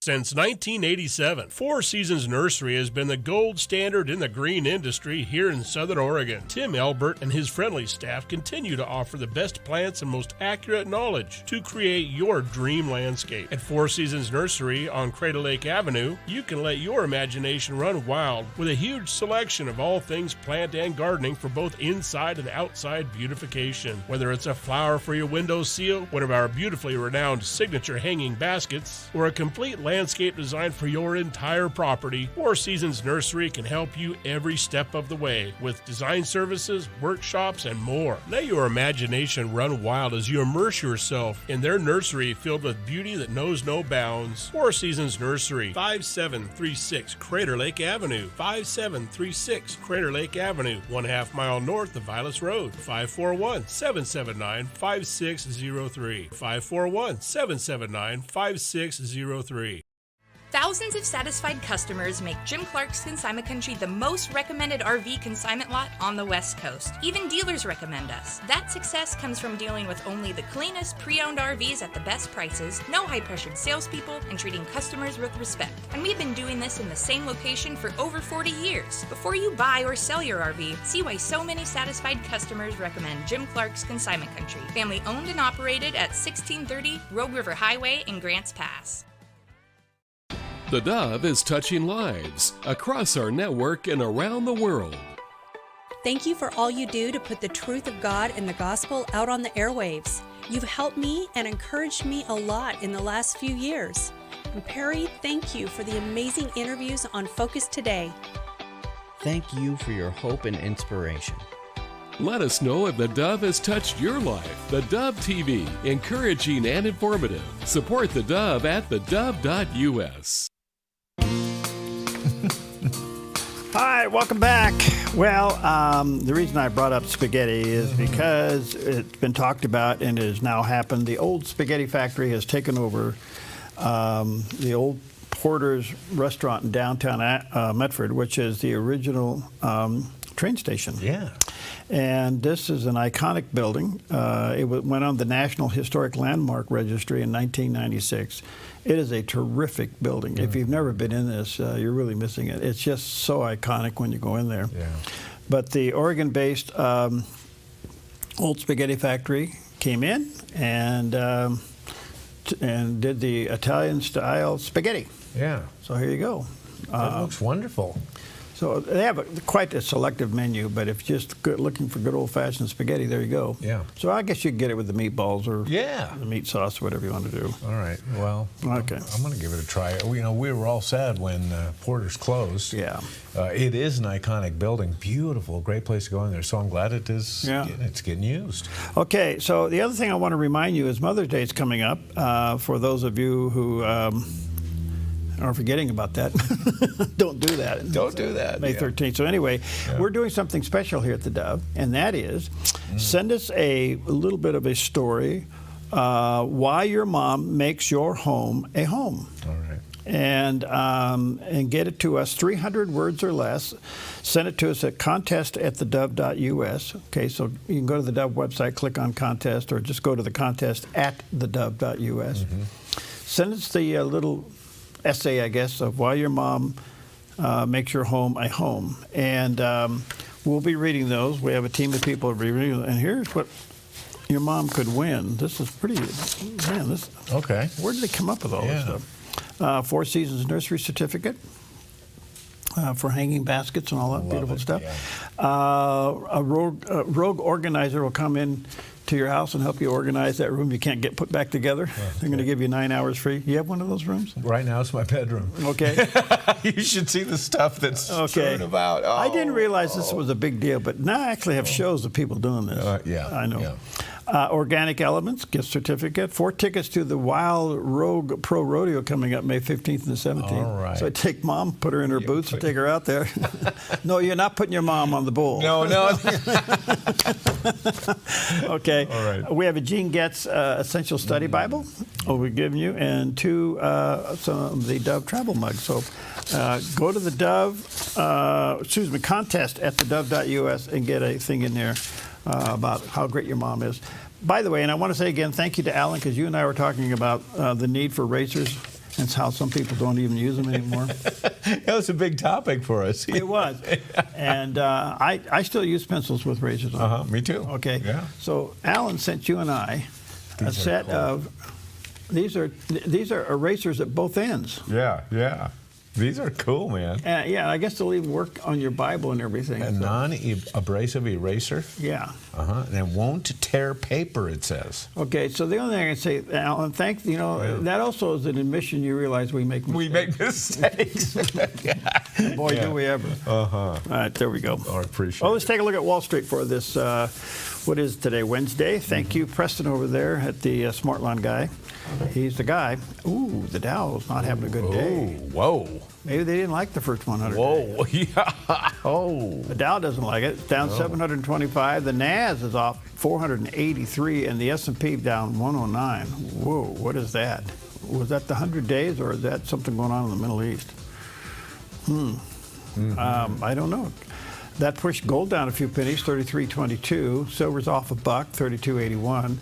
But crude oil continues to fall, 62.39. But is it falling at the pump? I haven't really noticed anything. The problem is it's called the West Coast. Yeah. And you're right though. And the Oregon legislature is proposing 20 cents a gallon. You need to call your representative and call all the representatives. Whether they're in your district or not, and let them know 20 cents a gallon. I mean, that just pretty much wipes everything out. Yeah. I don't know what they're thinking. You don't tax gas. Gosh, yeah. Oof, I don't know how to even open that can of worms. Okay. Instead, we'll deal with another can of worms, and that's being canceled because you express views that are counter to what other people may, and especially on social media, what they may be feeling. That happened to Winston Marshall. He was the banjo player and the lead guitarist of the group Mumford & Sons. And Perry, you know that if a band has a banjo player in it, it's got to be a good band. Oh, yeah. Totally. Bluegrass. Huh? And he got canceled because he went online after reading Andy Nago's book, Unmasked, Inside Antifa's Radical Plan to Destroy Democracy, and he endorsed the book. And they piled on and they attacked him as being a Nazi sympathizer. And they attacked the rest of the bandmates for being, even though it was his post.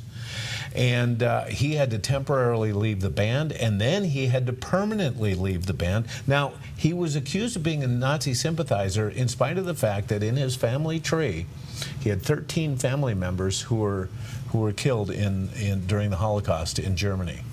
So he's a Nazi sympathizer. So anyway, he has been forced out of the band. He's now a podcaster, and he got one of those coveted seats in the White House press room. You know how they've changed the policies in there, and he was in there, and he brought up the fact that there are literally thousands in Great Britain who are locked up because of expressing political views and reposting memes that go counter to certain aspects of the culture. So he asked the press secretary if perhaps this administration would consider bringing in these people, allowing political asylum for these people in Great Britain. Let's listen in as he talks to the press secretary. In Britain, we have had over a quarter of a million people issued non-crime hate incidents. As we speak, there are people in prison for quite literally reposting memes. We have extensive prison sentences and for tweets, social media posts, and general free speech issues. Would the Trump administration consider political asylum for British citizens in such a situation? Well, to your latter question, it's a very good one. I have not heard that proposed to the president, nor have I spoken to him about that idea, but I certainly can and talk to our national security team and see if it's something the administration would entertain. Can you imagine political asylum being granted to British citizens? What? Yeah. Well, I had no idea that it was that bad. They're actually serving time for speaking out. Yeah, and when we've seen it, people praying silently across the street from an abortion center get arrested. Yeah. It's amazing what's going on Just standing there. Just standing there. Their lips weren't even moving. Yeah. Wow. Can you imagine in today's modern day that a Brit would seek political asylum in the United States? Right. And can you imagine that headline through? What's the focus here? The BBC. On due process rights for illegal aliens being deported out of the United States. And this is an issue. And we ignore things like this. All right. Jerry's here. Did you notice that?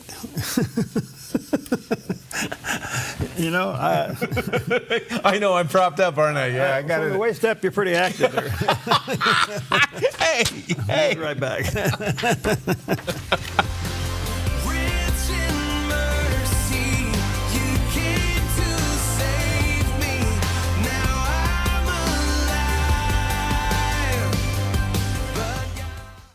Your yard is where life happens, but it can be muddy and hard to maintain. Enjoy a maintenance-free artificial turf lawn all year round with Smart Lawn LLC. No mowing, no fertilizing, no watering. Our synthetic grass is beautiful and resilient. It's certified to be lead-free and there's no need for pesticides. Safe for your children and pets. Smart Lawn LLC has all your artificial turf and putting green areas covered beautifully. 541-941-3538. Welcome to Rise Direct Primary Care. Imagine a healthcare experience where you're known by name, cared for like family, and treated with compassion. How is that possible? With an affordable, flat monthly membership, you receive unlimited primary care and minor urgent care visits. No insurance needed. At Rise Direct Primary Care, we offer a friendly, affordable healthcare experience where you get a whole hour with your provider. Located in Central Medford and accessible by phone or text, we can typically get you in the same or next day. We prescribe urgent care medications directly from our office, saving you a trip and wait time at the pharmacy when you'd rather be at home getting better. Personalized medical care with a human touch. Rise Direct Primary Care is all about healing the sick with compassion and keeping the healthy healthy. Rise Direct Primary Care. We're here for you. Visit risehealthdpc.com or call or text us 541-827-8603. 541-827-8603. Romans 1:20 tells us God's power is revealed in creation. Yet 2 Corinthians 4:4 reminds us that Satan has blinded many to the gospel. At the Life Outdoors, we've seen the truth of God, His eternal power and divine nature displayed in every mountain and stream. Follow along and let's wake the wild within. The mountains don't lie. Where there's truth, there's Jesus.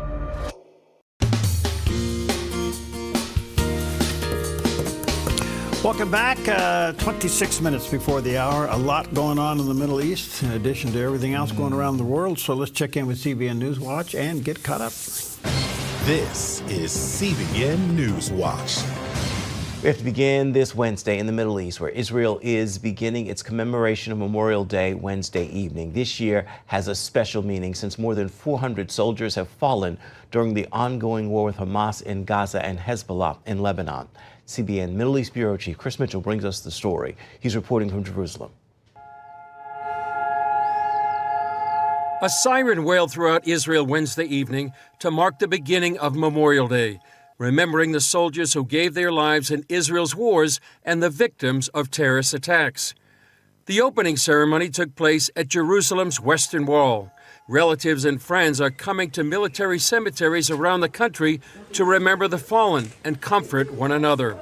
A special collection of black and white photos unveiled this month show that from its founding in 1948, almost the entire population has been expected to take up arms to defend the country.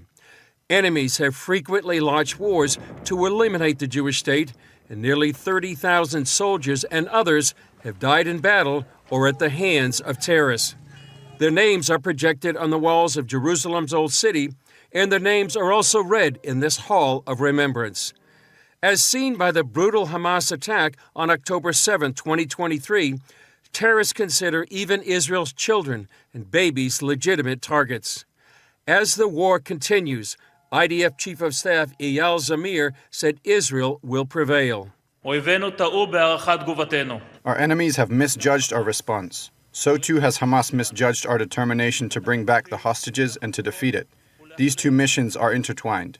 We will continue and intensify our efforts until both are achieved.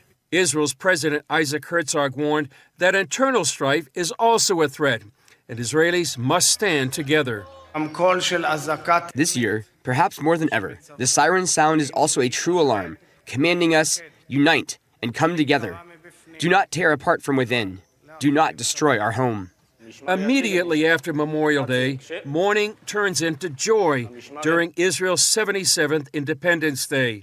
That same collection of black and white photos shows Israelis across the years celebrating their nation's birth 77 years ago. I want to continue our coverage now with Chris Mitchell. So, Chris, another siren sounded today there in Israel for Memorial Day. What is that experience like? Well, first of all, Ephraim, there's actually two different kinds of sirens here in Israel right now. One is for, like today, and the other is for a missile or rocket attack, perhaps from the Yemen and the Houthis. But we went out on the street like many Israelis, and the siren goes on for about 2 minutes. It really makes this day a national experience because the siren sounds all the way from the northern border to the southern border. It's very similar to what happened just last week on Holocaust Memorial Day. Cars stop, buses stop. You can actually see people on their balconies just standing in remembrance. It also seems a bit more personal here, Ephraim. Nearly everyone has to serve in the Army, and almost everyone knows someone who has fallen or been wounded in wars or different terror attacks, and perhaps even more poignant after October 7th, when the whole country has been mobilized to fight Hamas and Hezbollah. We know this day has long been significant, but does it have a deeper meaning for Israelis after the war against Hamas? Yeah, I believe it does, Ephraim, particularly after October 7th. Israel is at war, a very, very long war now, a year and a half. It affects everybody. I mean, whether it's a siren you may hear, from a missile from Yemen, or earlier, not so much anymore, but with Hezbollah or Hamas firing rockets and missiles. Almost everybody here knows somebody who fell in battle or has been wounded. So in Israel, since October 7th, has really been fighting for its survival. And it's also a much different Israel since October 7th. For example, who would have expected that a year and a half later, after October 7th, when it just seems such a dark time, and it was a dark time for Israel, but Hamas has been degraded almost nothing at what it was on October 7th, the same for Hezbollah. Also the Houthis in Yemen. And in the last year and a half, Iran has attacked twice with little impact here. And on the other hand, Israel has wiped out most of Iran's air defenses. And some people hope and pray that actually Iran's nuclear sites that are dedicated to the annihilation of Israel will be destroyed. And maybe we could be on the cusp of that attack. Yeah, I think we are. Question is when and how. We'll see how it comes together. Right. All right, let's check out the weather. It's pretty nice out there, according to the guy that does it. Yeah. At the top of our region, conditions are trending drier and warmer. So today in northern Oregon and southern Washington, sunny skies with daytime high temperatures near 70 in Portland and upper 60s for Vancouver, Wilsonville, and McMinnville with a light north wind. Continuing down the Willamette Valley, sunny with daytime highs in mid-upper 60s from Salem through Albany, Corvallis, and Eugene, with a calm wind becoming north around 6 miles per hour this afternoon. Sunny skies continue across central Oregon with daytime highs near 70 in Prineville and near 67 in Bend and Sun River. Over in Boise, Idaho, sunny and breezy with a high temperature near 70. Sunny and breezy along the Oregon coast with daytime high temperatures in the low to mid-60s for Coos Bay and Port Orford, near 57 in Brookings and 61 in Crescent City, California. In southern Oregon, patchy fog, then sunny with a high near 78 in Grants Pass, sunny in mid to upper 70s for Medford and Ashland. In the Klamath Basin, sunny and near 71 with a light northwest wind. Into northern California with sunny skies and daytime high temperatures near 75 in Wairika, 87 for Redding and Chico, and near 85 in Sacramento with a light northwest wind and lows in the mid to upper 50s. In the Bay Area, patchy fog before 8 a.m. in Santa Rosa and Napa, then sunny in upper 70s, gradually becoming sunny in San Francisco with a high in the upper 60s, and today in San Jose, patchy fog, then sunny in 79. It's a snapshot of your Wednesday weather on the Dove. Hi, good morning to you. Happy Wednesday. Beautiful weather out there. All right. Well, part of growing up has been watching TV commercials trying to get us to buy toys. I think a lot of us have responded to it. But the very first toy commercial for kids aired on this day in history. On April 30th, 1952, a curious little character made television history. Not a celebrity, but a potato. Mr. Potato Head, and he would start an advertising revolution. In a bold move, Hasbro aired the first ever television commercial aimed directly at children. The product? A 98-cent kit bursting with personality featuring 28 stick-on parts like eyes, ears, and goofy grins. But there was a twist. You had to supply your own real potato. With a catchy jingle and the novelty of a toy that could be your dinner, they struck gold. By the end of 1952, more than 1 million Mr. Potato Heads had found their way into American homes, reshaping not just potatoes, but the entire toy industry and television marketing. It was the dawn of a new era, when kids became consumers and a potato a pioneer. Wow. So how much it cost then? Well, they're different. They're still making Mr. Potato Head. Now, here's Mr. Potato Head. It's a super Mr. Potato Head. It's $40. Here's a Mr. Potato Head novelty. And this one, $41.23 at Walmart. It was 98 cents. 98 cents. 53. Now, let me ask you this. Was there any moral dilemma involved in bringing out the first TV ad for kids? Or No. did they just think, no, I wouldn't think so either, yeah. No. I think they were probably just thinking, what took us so long? Yeah, so they marketed the kids. I think the other success story was Schwinn Bikes. Oh, yeah. And when they started promoting Schwinn Bikes, and especially when they started modifying those bikes, The Stingray. The Stingray with the high handle. Yeah, the chopped versions of them. And you got the banana seat. Yeah. Oh, yeah. Yeah, that was cool, man. Okay. All right, good morning to you. Well, we love Samaritan's Purse. They're everywhere. They're one of the great first responders in the world. And this is a story, as a reminder, just someone in their own backyard. An F3 tornado that went through Copper Bluff in Missouri, and boom, there was Samaritan's Purse on the scene. I've been a volunteer with Samaritan's Purse since 2013, but a storm just actually hit my hometown of Poplar Bluff, which is where we are right now. We are standing in the sanctuary of what's left of our sanctuary, of our building from a F3 tornado that came through a week ago today. It had hit right above our house. It was something fierce. It was something fierce. The very night that it hit, we head straight over to the trailer court that's over the hill, where the trailers were turned over on their sides, upside down on top of each other. Many of those are part of our congregation. There were trees on roofs, crashing through houses, smashing vehicles. It was pretty wrenching. And the pastor went over and was trying to get as many as he could, because the middle section of our building is in the shape of a cross. It is a concrete storm shelter, and they rode out the storm right there. We were in prayer throughout the whole tornadic event. God pulled us through. I'm used to going to other communities, but when I drove into my hometown and saw my neighbors serving their neighbors, yeah, it was pretty emotional and very different. So I'm proud of my town. Never seen our community come together the way it has through this. We all know it. We've all been taught it. I've taught it from the pulpit that the building is not the church, but it's been a whole nother level through this. It's been real. That I can look at all this and it's not the church. And it's because the church is the people and we're still doing church. It's just looking different right now. Dear Lord, we thank you for this day that I've heard over and over again in Samaritan's Purse, the most important part is the heart, right? Are you wanting to love people in the name of Jesus? And that's so important, and that's where you start. I'm seeing firsthand what Samaritan Purse is doing for my family and for our home and our property. It is well worth reaching out, volunteer, to offer any help that you can, anything.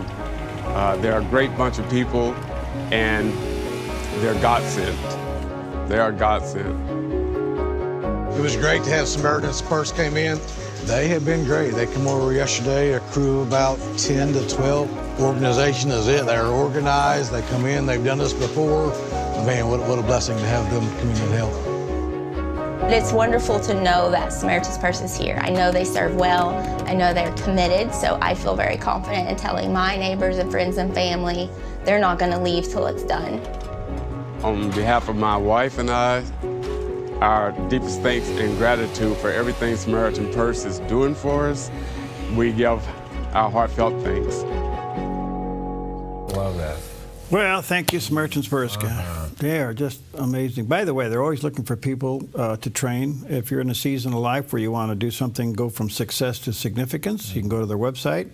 They'll train you and dispatch you. Yeah. Pretty good stuff. All right, we'll take a quick break. We'll be right back.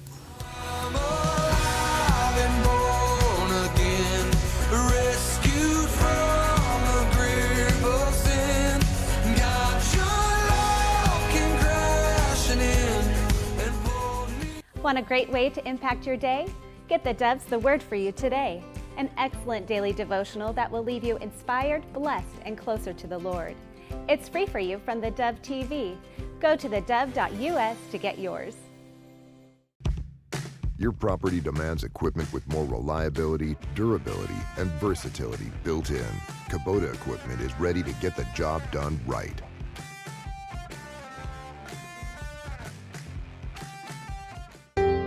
Come fall in love with Northridge Senior Living, where contemporary sunlit interiors meet old world elegance. Walk through our lovely hallways and enjoy the fun staff-led activities. Forge lasting friendships with other residents and our exceptional caregivers. Dine in style. Gather near the fireplace under breathtaking chandeliers. Our reasonably priced apartments are spacious with private balconies. Northridge is Christian-owned and operated, pet-friendly, and only 2 blocks from Asante Rogue Regional Medical Center. On-site 24/7 in-home care is available. We also offer senior adult daycare where your loved one can spend the day with us and the evenings with you. Northridge Senior Living, your home. What happens when people hear an audio Bible in their own language for the very first time? I still remember an old man in the village. We just finished the Bible, we have it in audio. It's the story of Jesus Christ, the Son of God. Would you like to listen? And the old man, 94 years old, said, I have never heard of Jesus Christ, the Son of God. That day he did, that day he accepted Christ. Join me for the John Ankerberg Show weekdays at 4 o'clock right here on the Dove TV. It'll be encouraging and informative. All right, well, good morning to you. 10 minutes before the hour. Yesterday was the 100th day of the Trump presidency, and as you would expect, those waving the flags and those running them under the bus. Yeah, yep. So both sides of the coin yesterday. Speaker Mike Johnson did go to the microphone and took a moment to look at the what he calls the many accomplishments of the 100 days, and here's what he had to say. It's a great day in our country. Thanks to the Republican Party, America is back, and we're excited about it. I talked to the president twice this morning already. He's having a big celebration for the first 100 days in Michigan, as Chairwoman McClain noted, and he's excited about all of that and everything that we're all doing together. We had a big meeting of the Republican conference this morning, and they're all excited. They were all home for the 2-week district work period, and they were moving around their districts and talking with their constituents and getting lots of pats on the back.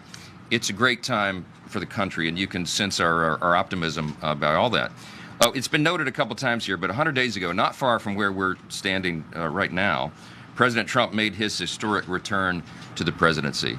He made a lot of promises, and as Whip Emmer noted, the 4 words that best describe this administration so far is promises made, promises kept.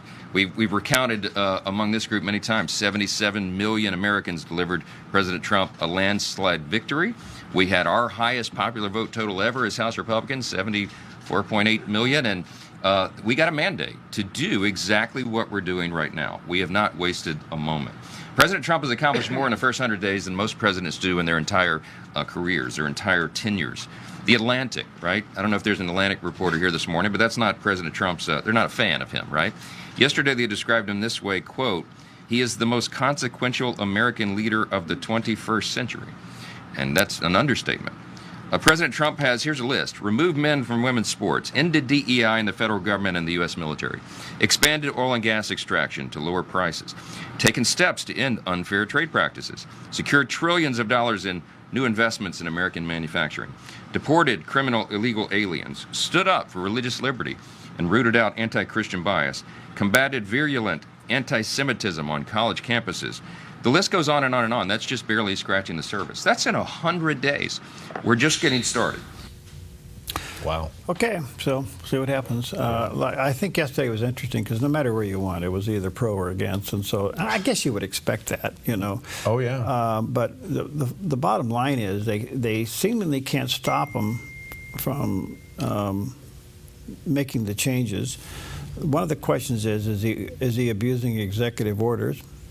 The other thing that's saying, will Congress step in the future and limit executive orders? The interesting thing is, the flip side of that is executive orders are only good for the tenure of the president. Right, right. And so if he can codify his executive orders through legislation, now that's a big deal. Yeah, it is. And interesting, Pam and I were talking about this the other day, about how many executive orders have actually been codified. 140. It turns out like 42 right now. Out of 143. Yeah. So the process is going on. It is going on. But yeah. And I think the other issue is not about executive orders, it's about judicial overreach. Yeah. That's the next one will be dealt with. Absolutely. All right, coming up, again, we've had a little bit this morning of Israel's Memorial Day. We'll also have Lori Cardoza-Moron, who's a real hawk for what goes on in Israel. We'll get her perspective. The March for Life is coming up in Southern Oregon. We'll talk to Steve Raycraft about that. And it's been a while, but I'm looking forward to having Pastor Lucas Miles back with us. He wrote a book called Woke Jesus. He's an interesting guy. He's also one of the apologists with Summit Ministries, and it's always fun to talk to him. We have a lot to talk about. Is Christianity fading in the culture? There will always be a remnant. There'll always be a remnant. Okay, so is the fading a sifting? That's a good way of. Is it? That's a good question. Is it? Yes. The wheat from the tares, the sheep from the goats. That could be. You know. Yeah. The danger of that ministry, of that message is, I mean, it can really box you in. But I had Stephen Broden on the other day. He was very firm about kind of the plastic version of the Christian church in America versus the real church, the remnant church, as you mentioned earlier. So anyway, we'll talk to Lucas about that coming up. Hey, we know NASA tracks asteroids, and we're going to get an up-close look at an asteroid with a very unusual name. Check this out. NASA's Lucy space probe is on a 12-year journey to study Jupiter's Trojan and Main Belt asteroids. On its way, she passed within 600 miles of the asteroid Donald Johnson on April 20th. The bizarrely shaped gigantic object has been compared to a lumpy bowling pin by space watchers, with NASA describing it as looking like 2 ice cream cones, while others say it looks more like a peanut. The space rock is so large that Lucy couldn't capture its entirety in its first set of images beamed back to Earth. It'll take up to a week to download the remainder of the encounter data from the spacecraft, which should give a complete picture of the asteroid's overall shape. Donald Johnson is approximately 135 million miles from Earth. The International Astronomical Union is responsible for naming asteroids and other celestial bodies. So what do they have with Don Johnson? I don't know. How do you get Donald Johnson on an asteroid? I don't know. It's like, you can go online and name a star. Yeah, there you go. So I'm going to start a new site. Name an asteroid. We could do $20. Yeah. 1999. How about JPA? What's that? Jerry Perry asteroid. I like it. Yes. JPA asteroid up there. Okay. All right. 100 million miles away. Yeah, like 135 million. And they were 600 miles 600 miles away from it. It was so big they couldn't get it all in one shot. Oh, that's a big asteroid. Yeah. So is it being pulled towards us? That one's on its own course, and I think it's gonna. We're clear of that one, but not of all. Okay. 2 Corinthians 4:8-9. We are hard pressed on every side, but not crushed; perplexed, but not in despair; persecuted, but not abandoned; struck down, but not destroyed. What a promise for you today! Hang in there. Stick with it. Stand back up and go for it again.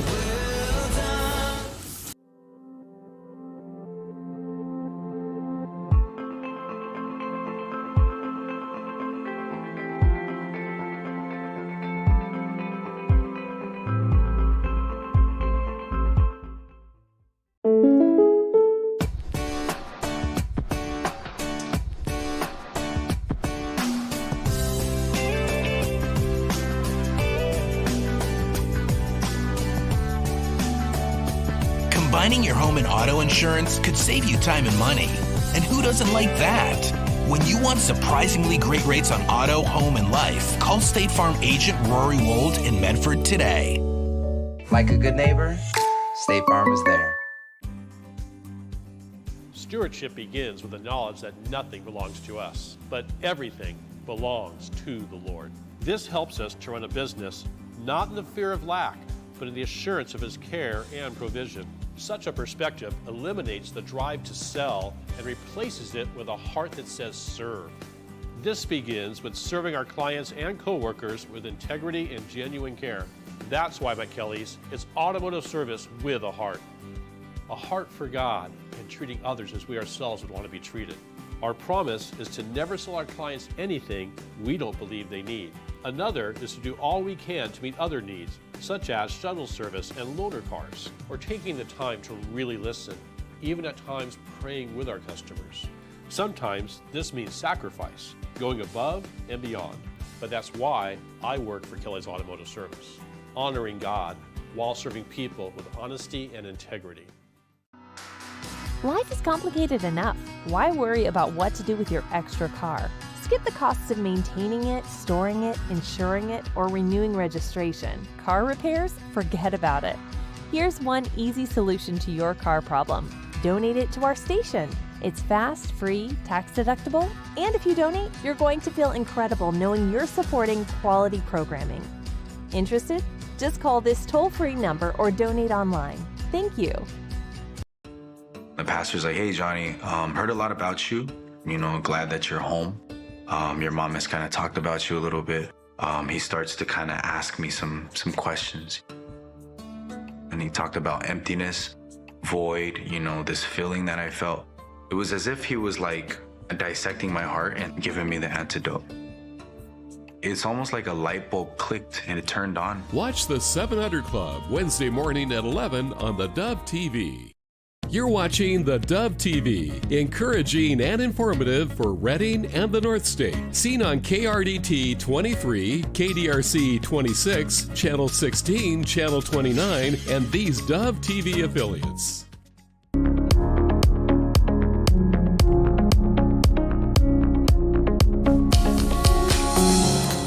Welcome to Focus Today. I'm your host, Perry Atkinson, and been looking forward to having back with us Pastor Lucas Miles. He's really quite the guy. He's the host of the Lucas Miles Show and Epoch TV's Church and State programs. He has been a pastor for over 20 years out of South Bend, Indiana. He's also a faculty member, an apologist there with Summit Ministries, which is a great organization unto itself. He's the author of several books, and his latest one called Woke Jesus. And there's a picture of the cover of the book on the screen there, Woke Jesus. By the way, this is a fascinating read. And he does have a website, lucasmiles.org, lucasmiles.org. And there's a picture of the landing page. Pastor Miles, good to see you, buddy. How are you? Hey, good to see you. Been too long. Been too long. Yeah, man. You're a busy guy.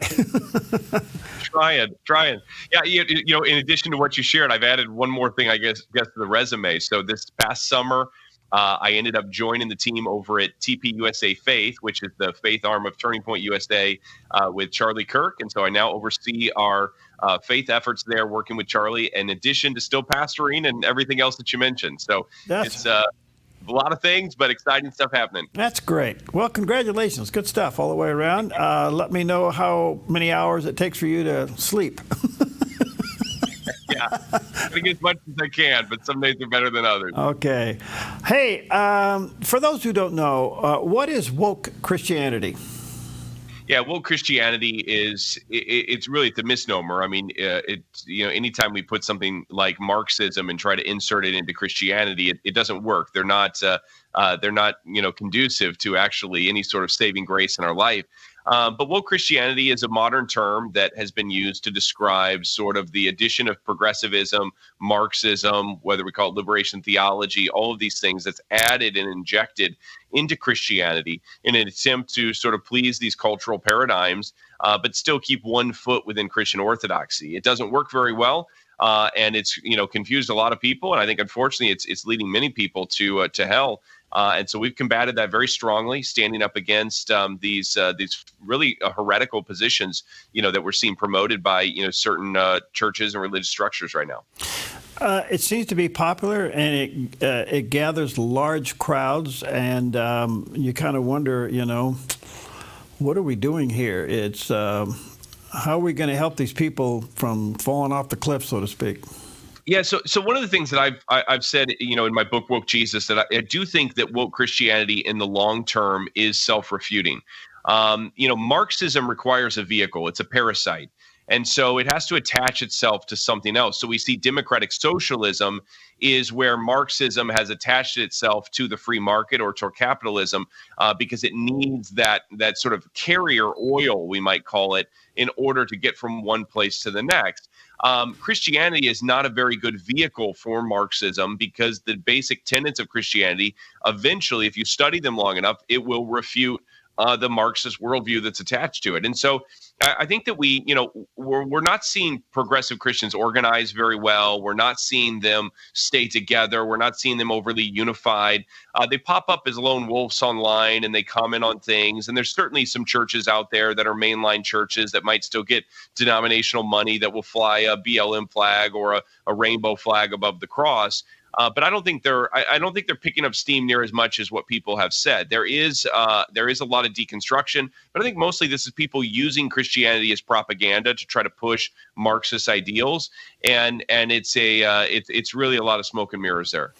Okay, so as you know, the president has really come down hard on anti-Semitism, and just yesterday he's now looking into executive orders that would be anti-Christianity within government organizations, at least those biases against our faith. This is pretty significant, don't you think? It's absolutely significant. I had the honor of actually being in D.C. at the White House on Friday this past week. I was there with the Faith Office, and that's the team that's really heading up a lot of these, I think, initiatives that we're seeing to protect religious freedom, to protect Christian, against Christian persecution, as well as persecution against other religious groups as well. That's as Christians, we're one of the few, people on earth that protect people not, of our own faith, because of our faith. It is because of the faith that we have in Jesus Christ that causes us to protect people of other faith, although we don't hold that they have necessarily a saving knowledge, of God. And so the Faith Office, I'm not a formal member or anything like that, but I was able to get a briefing with what they're doing and hear from them. I can't share necessarily all of what they're working on, but I was quite impressed with what I saw. And I think that we have, strong evidence that this administration, as well as this president, is making protecting Christians very high on his list right now. How do we, Lucas, how do we draw the line safely? And I guess equally, I don't know if that's the right term either, but how do we draw the line of not watering down the gospel in light of social justice issues? Yeah, I think that it's important to recognize that all things that we might consider error or heresy, that they always start with some element of truth. And I think that even right now, let's say we take an issue like radical environmentalism. There's obviously a heretical position. I mean, you take it far enough, it becomes earth worship. But there's a true principle that's at the start of that persuasion, and that is the stewardship of the planet. And now that's a biblical idea. We can work with that. And so I think that we need to help people. And you look at say the millennial generation that has become well known for their environmentalist efforts. I think that you can go to them. It's much the same way that Paul did to the Athenians and said, hey, this God here, this unknown God that you have, let me tell you all about him. And I think that we can look at some of these things and say, hey, this passion that you have for environmentalism, I think you're way off track. But let me tell you what's really behind that and what's the biblical idea there that should be shaping and driving that. And I think if we have convincing arguments and there's relationship there to back that up, I think that we can be effective in winning people over, and certainly we're seeing that. How do we protect the integrity of the gospel message in light of pluralism? Yeah, so there's always a tension between, what we might call liberty and virtue. These are things that, as a Christian, I want both liberty and virtue, not just for myself, but for everyone around me and for our nation. And the Bible does say that, very explicitly that we need to seek the welfare of the nation that we live. But there's always a tension between liberty and virtue, because if you truly hold to liberty, eventually virtue is something that we have to decide which direction we're going to lean. If we try to force virtue, we will lose something of liberty. If we hold fast to liberty, we will have to sacrifice something in regards to virtue. I don't want another Inquisition. I don't want another crusade. I don't want the government, running the church, and I don't want the church running the government. I want to see a groundswell of people's lives that are transformed and touched by God, and a great revival take place in this nation to such an extent that it begins to shape the zeitgeist, the ethos, the frameworks within our nation to bring people back to the Lord. And I think it's only by holding fast to liberty that we have any chance of seeing virtue happen as a result of the true volition of someone's heart rather than through coercion or force. So do you think we could see revival? I think we could make an argument that we're seeing it. I think that there are some markers here to show that, if the third great awakening hasn't started already, it's close to. We have the universities that have just maintained tremendous moments of revival. We have mass baptisms that have taken place, like in California. We've seen that at universities like Ohio State. We have the events like Asbury of last year that took place. I think we're also seeing a unity that's taking place. With my work with Turning Point USA, we just had 1,800 faith leaders from across denominational lines that gathered together at a church in Georgia to have 3 days of learning and prayer, worship, etc. And it was powerful. I can't think of another instance where pastors across denominational lines are gathering in those kind of numbers. And I think there's a real hunger right now for to see God, really have His way in our nation, and for us to return to righteous principles and laws. And I think, though, that we still have a lot of work to do. We can't give up. We have to continue preaching the gospel every single day. But I think we bring revival as we testify to who Christ is, and we demonstrate Him through our actions and deeds, and through power as well, and in prayer. And so I think all of that continues to lend itself towards a true spiritual transformation in the land. That's beautifully said.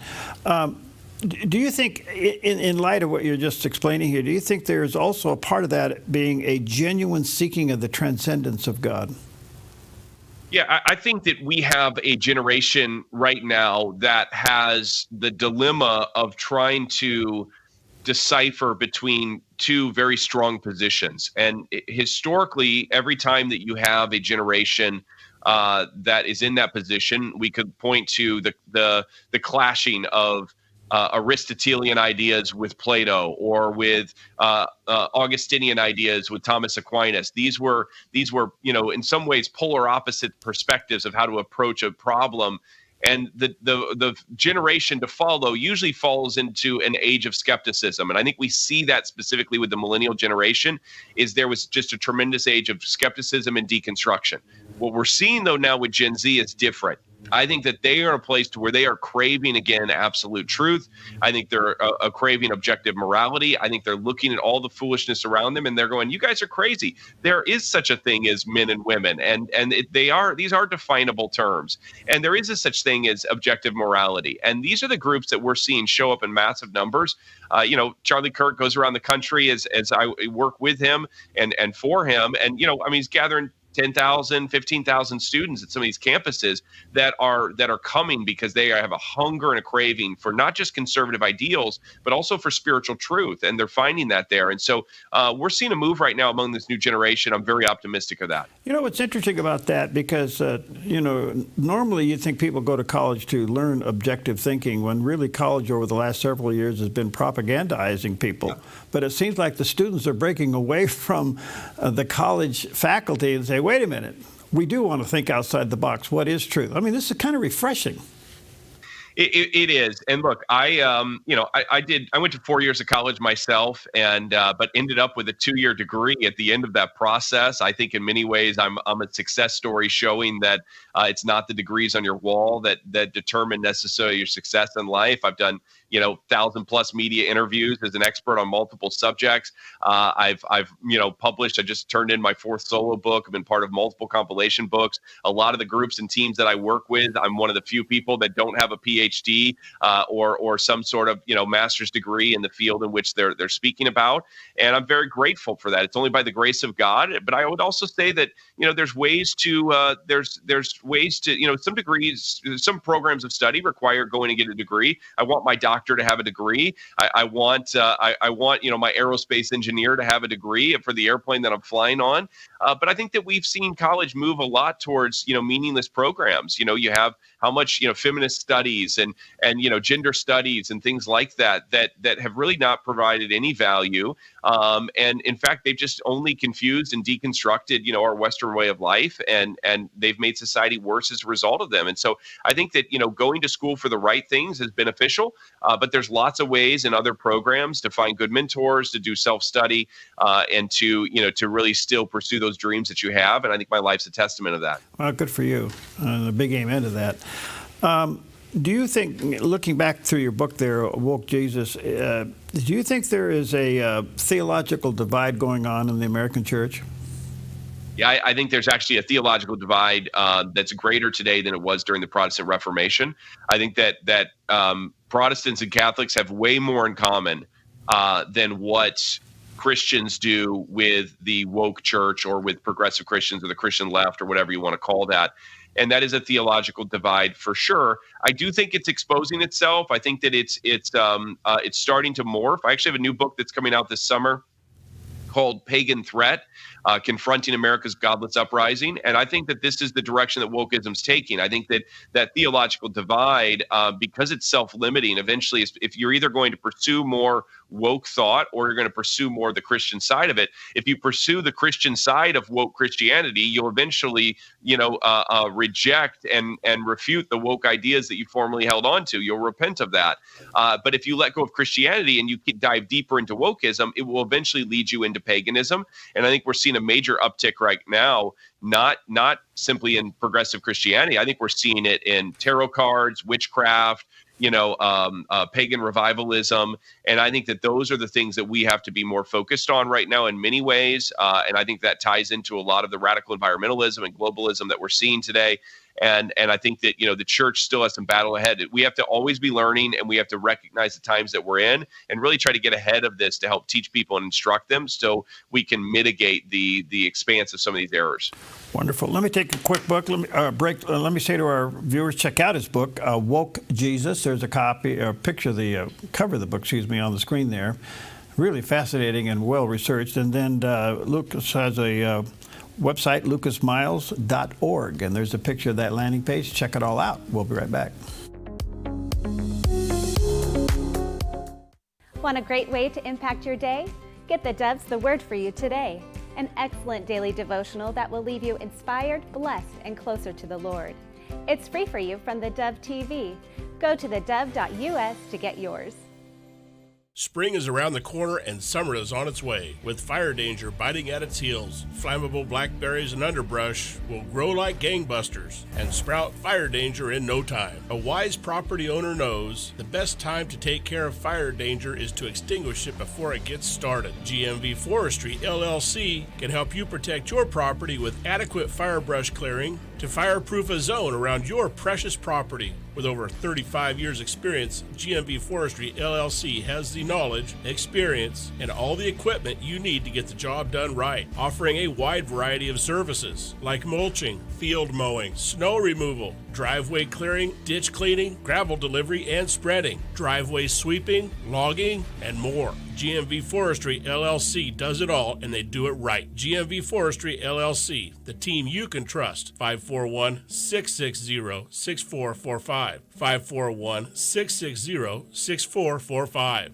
71.5 Golf Challenge arrives Saturday, May 17th, with a 4-person scramble, morning and afternoon shotguns, and a 6:30 award social. Register your team to win by April 1st for our early bird special. Score the team player pack for just $20 instead of $100 with code Early Birdie. Become a sponsor and help thousands of kids across Southern Oregon. Visit 715.org or call 541-779-3275 today. Remember, at the 71.5 Golf Challenge, your drive changes lives.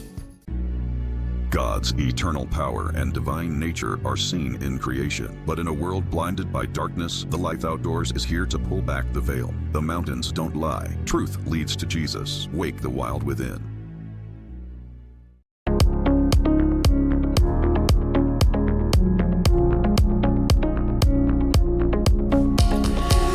Okay, welcome back, and so delighted to have back with us today Pastor Lucas Miles. He's a host of the Lucas Miles Show, and he also with Epoch Television, Church and State.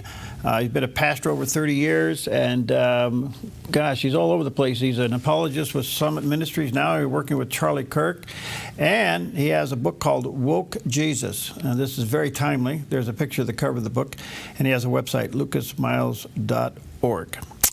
So, Lucas, during the break, I was trying to figure out how to ask you this question. And by the way, good to see you again, and thanks for your time. Good to see you. We're trying hard to make churches successful and have big crowds, and at the cost of possibly watering down the gospel. And I'm wondering if we are making salvation too complicated and grace too cheap. Yeah, I mean, certainly a concern, and I think that when you look at the American church, we have roughly over 400,000 churches across the country. That's a pretty broad stroke to kind of paint them in one lump there. I think that there are movements and ministries that certainly are proclaiming an easy gospel that does not require repentance, that does not require transformation of life, that allows you to live however you want to live. And that's okay, because God loves you just as you are, and it doesn't matter. And, this misses out on a lot of the major aspects of the gospel, which is recognizing your own depravity, confessing your need for a savior, turning from, your past sin and your past ways, and the need to rely on his grace for a transformed life. I think that, in many ways, what I'm seeing is that a greater problem that exists right now, I think, is that we have many pastors that are simply just afraid to preach the full counsel of the Word of God. One of the things that we talk about a lot within TPUSA Faith and with Charlie Kirk is that there are really three types of pastors that exist. There's true pastors, and these guys are very obvious. They are proclaiming the full gospel. They're fulfilling the call that God gave to them. They love people. They love the truth. They love the scriptures. They have a personal relationship with the Lord. And then there are traitorous pastors, and these are pastors who have ignored their call. They've denied, the word of God. They take the black magic marker and start crossing off verses that they don't feel like apply to them or their congregations. And these are the guys that I think are really deep into woke Christianity or some variation. There's a middle category, though, and I think that this is where a lot of pastors are in this country, and this is the trembling pastors. These are like Gideon in the wine press. They're hiding. They're hoping that the battle around them, kind of finishes so that they, before they have to actually emerge and come out of that wine press.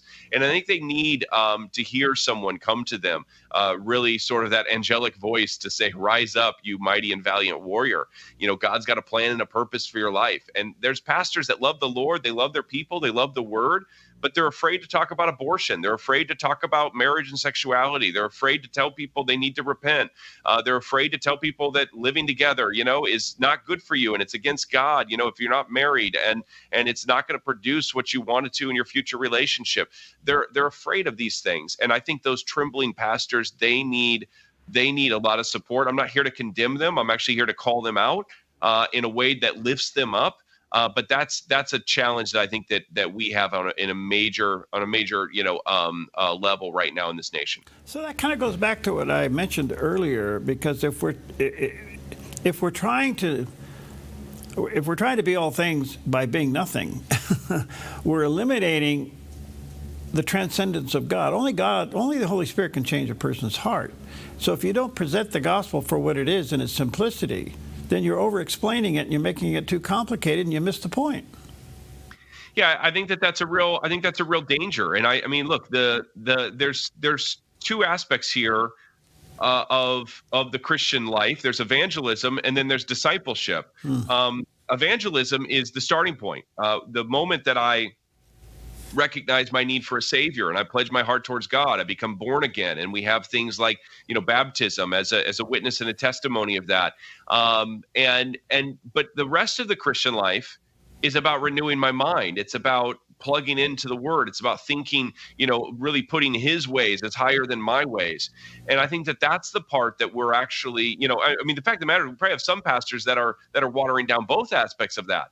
But at times we're getting people saved, but we're not discipling them. I think this was the biggest issue with the seeker-sensitive movement, is it did a really good job of making converts, but a really poor job of making disciples. And so, I think that if we're going to right the ship, that we have to address both of those areas in ways that is really preaching and proclaiming the full counsel of the Word of God, both our need for repentance and our need for salvation, and also our the need for continued discipleship and renewal of our mind and transformation of our thinking until we are reach the goal, which is to be conformed into the image of Christ. You work with Summit Ministries. I have high regard for that organization as well, and a little bit further up the rank there with college students, and they ask some pretty tough questions. What are you getting out of it? I love working with Summit. I'm actually headed to one of their camps this summer to kind of be professor for the day. And it's always a great honor to be able to do that. I was just with Dr. Jeff Myers, who's the president of Summit Ministries. And we sat down and filmed a new curriculum that we're going to be sharing with churches free of charge together. It'll be out later on this summer. We're calling it First Truths. And so this will be a free curriculum that churches can go through. There's 6 different episodes. And this is one of the things among many that we offer at TPUSA Faith.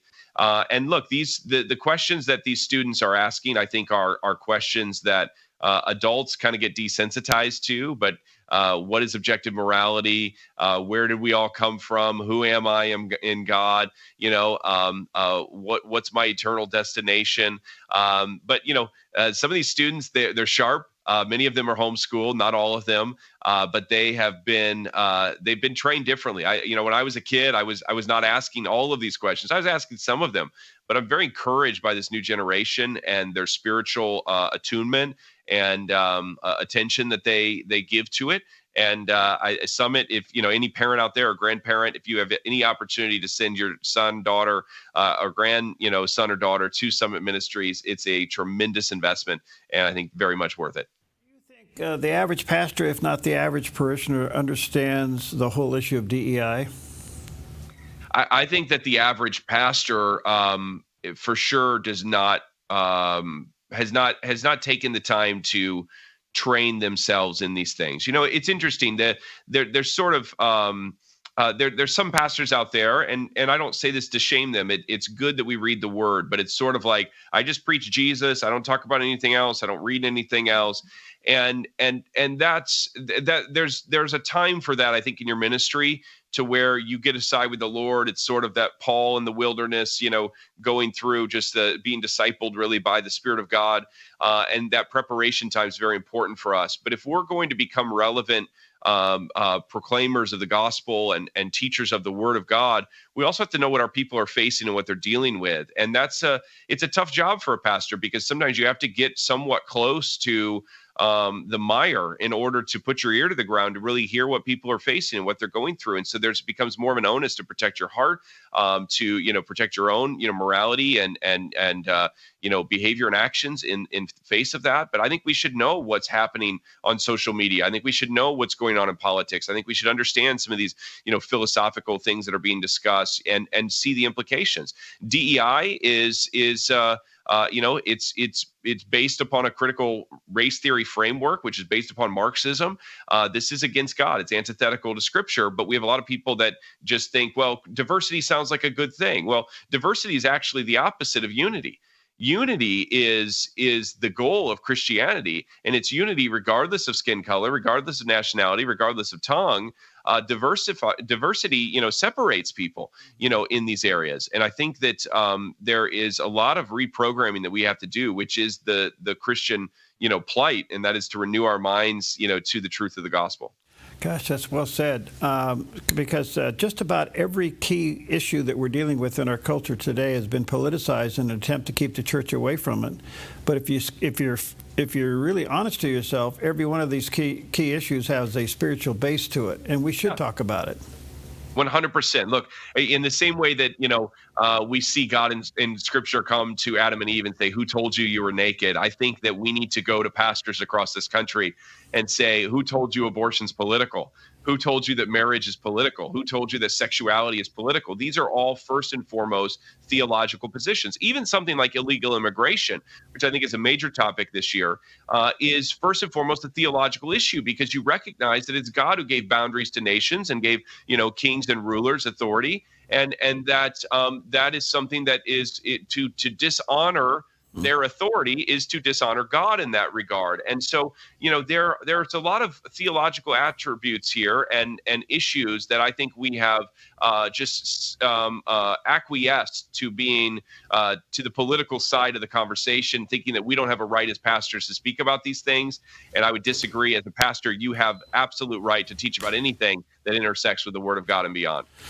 Wonderful, wonderful. So what's your next book? What are you working on? Yeah, so it's called Pagan Threat, Confronting America's Godless Uprising. It's actually available for pre-order already. I'll get you some info on it so you guys can share in the future. But it'll be we'll be pushing pretty hard in about another 30 days on it. Comes out this summer.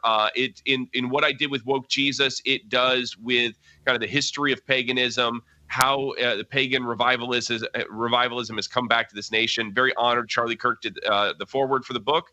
It's going to be a great read, and looking forward to getting it out to the world. Oh, you're wonderful. So, Lucas, good to see you, buddy. Let me say to our viewers, check out lucasmiles.org. That's the website. Check out the book, Woke Jesus. And when the other one gets ready to hit the shelf, we'll let you know. And we'll have them back. Good to see you. God bless you, friend. Get some sleep. Thanks, brother. Appreciate you. All right, take care. See you later. Bye.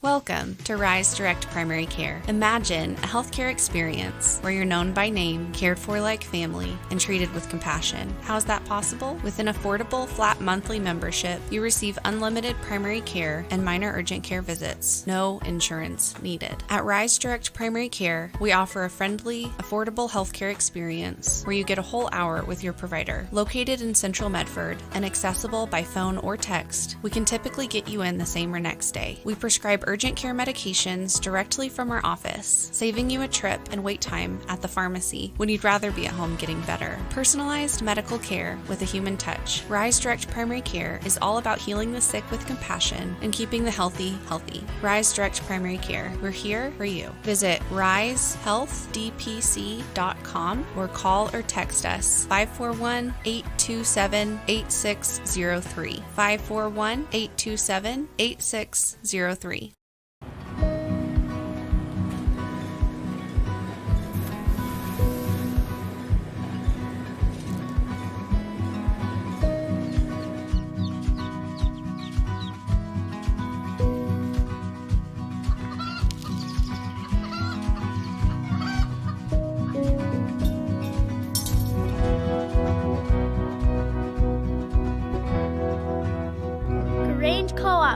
Big ideas grow.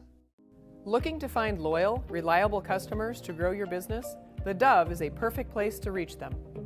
Hello, I'm Nancy Worth, Vice President of Marketing and Sales at The Dove. The Dove, reaching over 6 million consumers on a daily basis. The Dove offers a faithful audience who will appreciate and remember your partnership. Partner with The Dove and watch your business flourish. Sound good? Find out more. Call or email me, Nancy Worth, at The Dove today.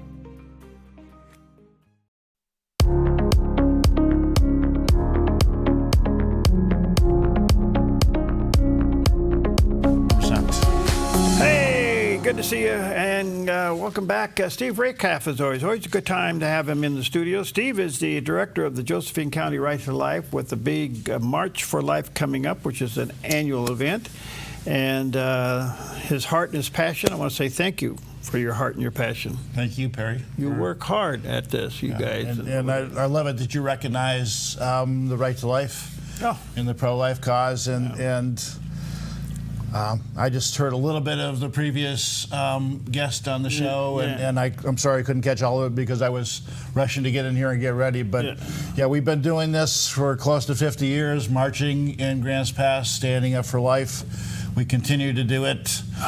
The big event's coming up? Yeah, the climate is crazy, but we're back out faithfully again this Sunday. May 4th, we're marching from the courthouse as usual down to Riverside Park, starting at 1:30 when we launch the march.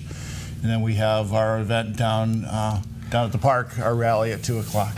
All right, this is an annual event. It's you guys have been granted the opportunity to do this across the bridge. You started, we're at the courthouse and go over to the park. Been hugely successful. And how would you grade the Right to Life movement now, not only in Josephine County, but maybe in the country, in the state? Well, to start with the state, Oregon is a hot mess when it comes to the pro-life cause. In fact, our governor actually declared Abortion Provider Appreciation Day earlier this year. A huge slap in the face to all the pro-life folks in the state. And it's bad enough that they promote abortion, but they're celebrating abortion in our state government. And it just breaks our hearts that we're in that kind of situation with the very state we live in and we love, and to watch it slide into the abyss celebrating abortion is terrible. So the other thing that I think people need to understand, of the 50 states, we're like number 50.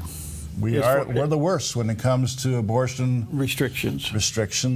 And they're funding and inviting people in and paying for people to come in for abortions in states that will not allow abortions any longer. So okay, just a couple of other things. Roe versus Wade has been overturned. That came back to the state. It puts a lot of pressure on each state to get involved. Is there a move at the state level to change our Constitution concerning this issue? Well, I mean, there's a heart to do that. There's a desire to do that, but it's a political battle. And we are outvoted and outgunned in the state of Oregon right now. So we pray for it. We know and trust God will fix the state of Oregon and the United States and this entire world as He pleases in due time. But right now, it doesn't look very promising, very hopeful. How is the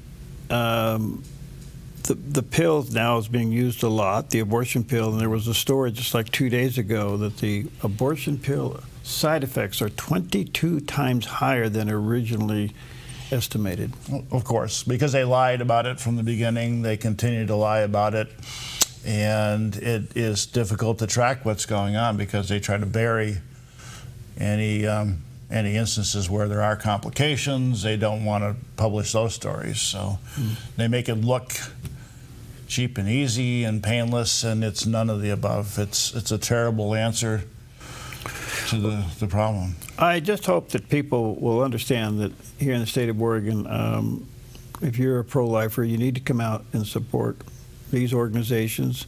The one that Steve heads up, the Josephine County Right to Life with their annual march, maybe the local pregnancy center in your area, which to me, those are the ones who are really saving lives at this point and turning the hearts and minds around. But this coming Sunday will be the March for Life. This is a big deal. So who's going to be speaking? What are you doing here? Well, as usual, we'll march peacefully and prayerfully down to the park. We'll have worship music. We'll have pastors offering prayer, local state government representatives, Dwayne Yunker, Noah Robinson, Alex Scarlatos are all coming to speak to us, as well as county and city officials who are pro-life that want to share with us their hearts for life.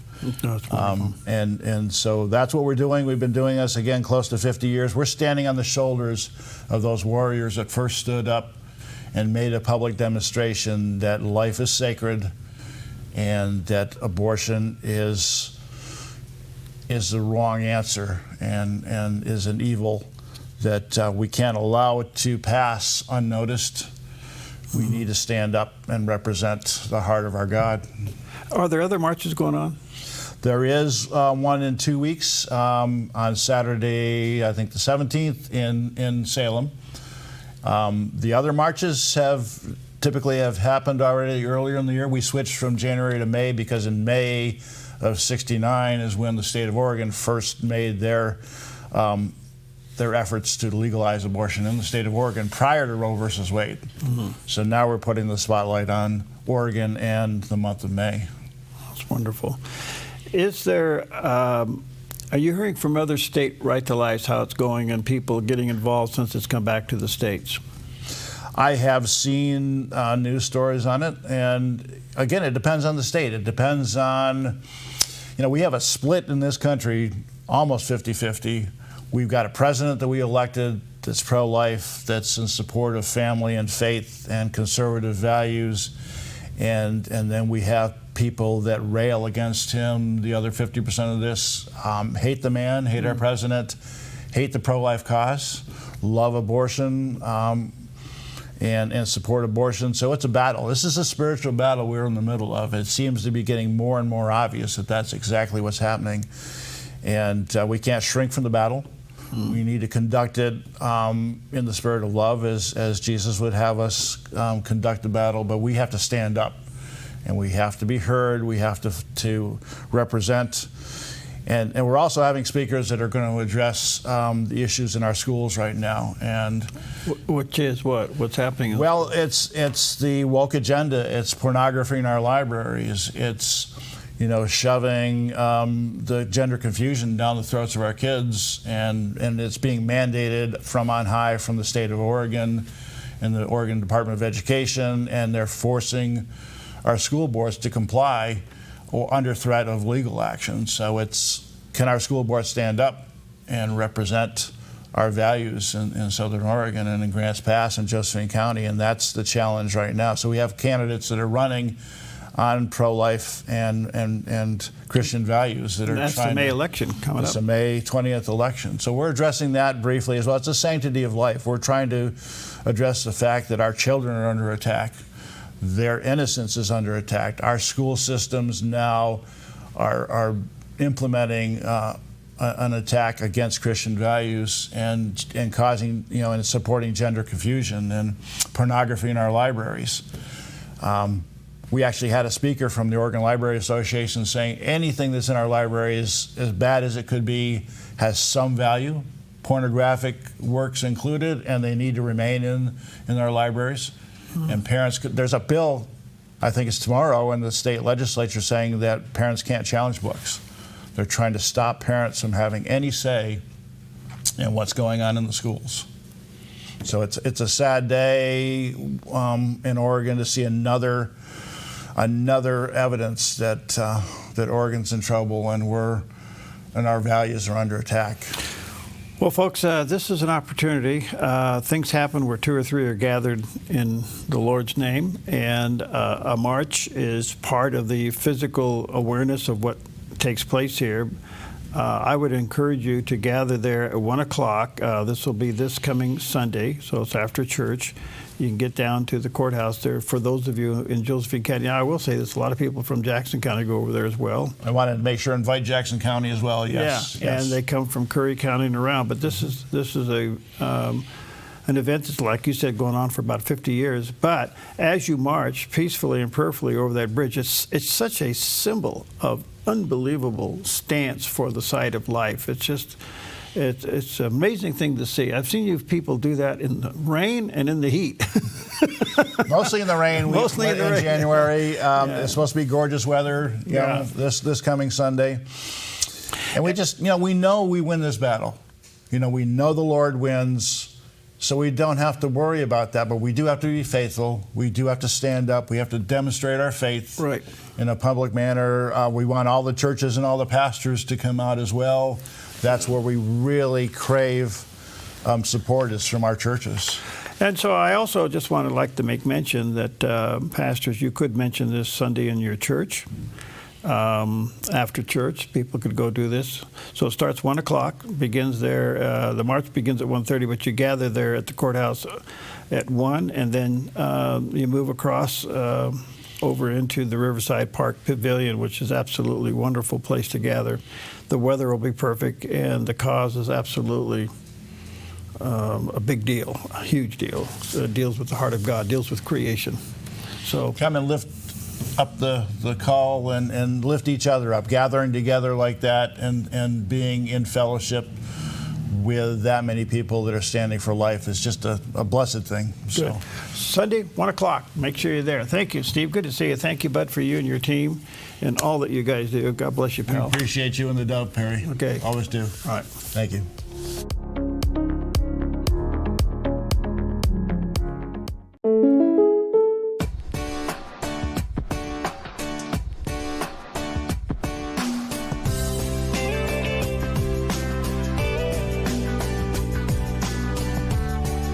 Combining your home and auto insurance could save you time and money.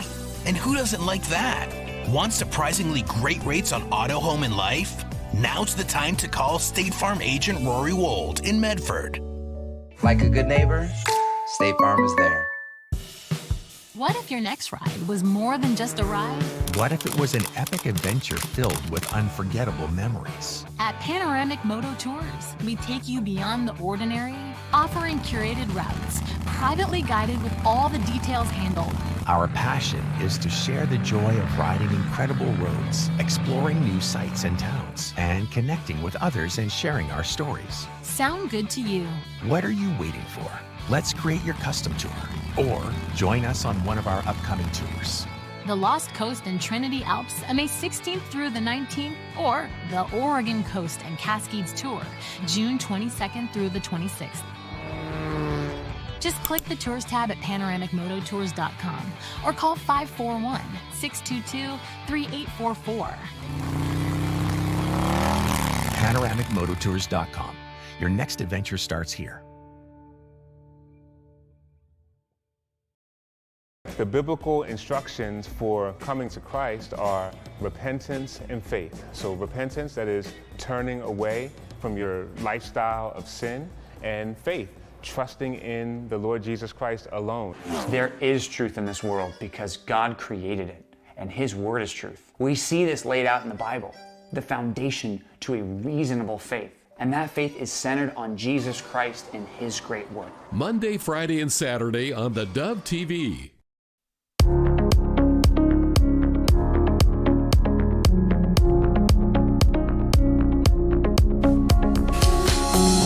Welcome back, and always a joy to have with us Lori Cardozo-Moore, the founder and the president of Proclaiming Justice to the Nations, one of our very special people.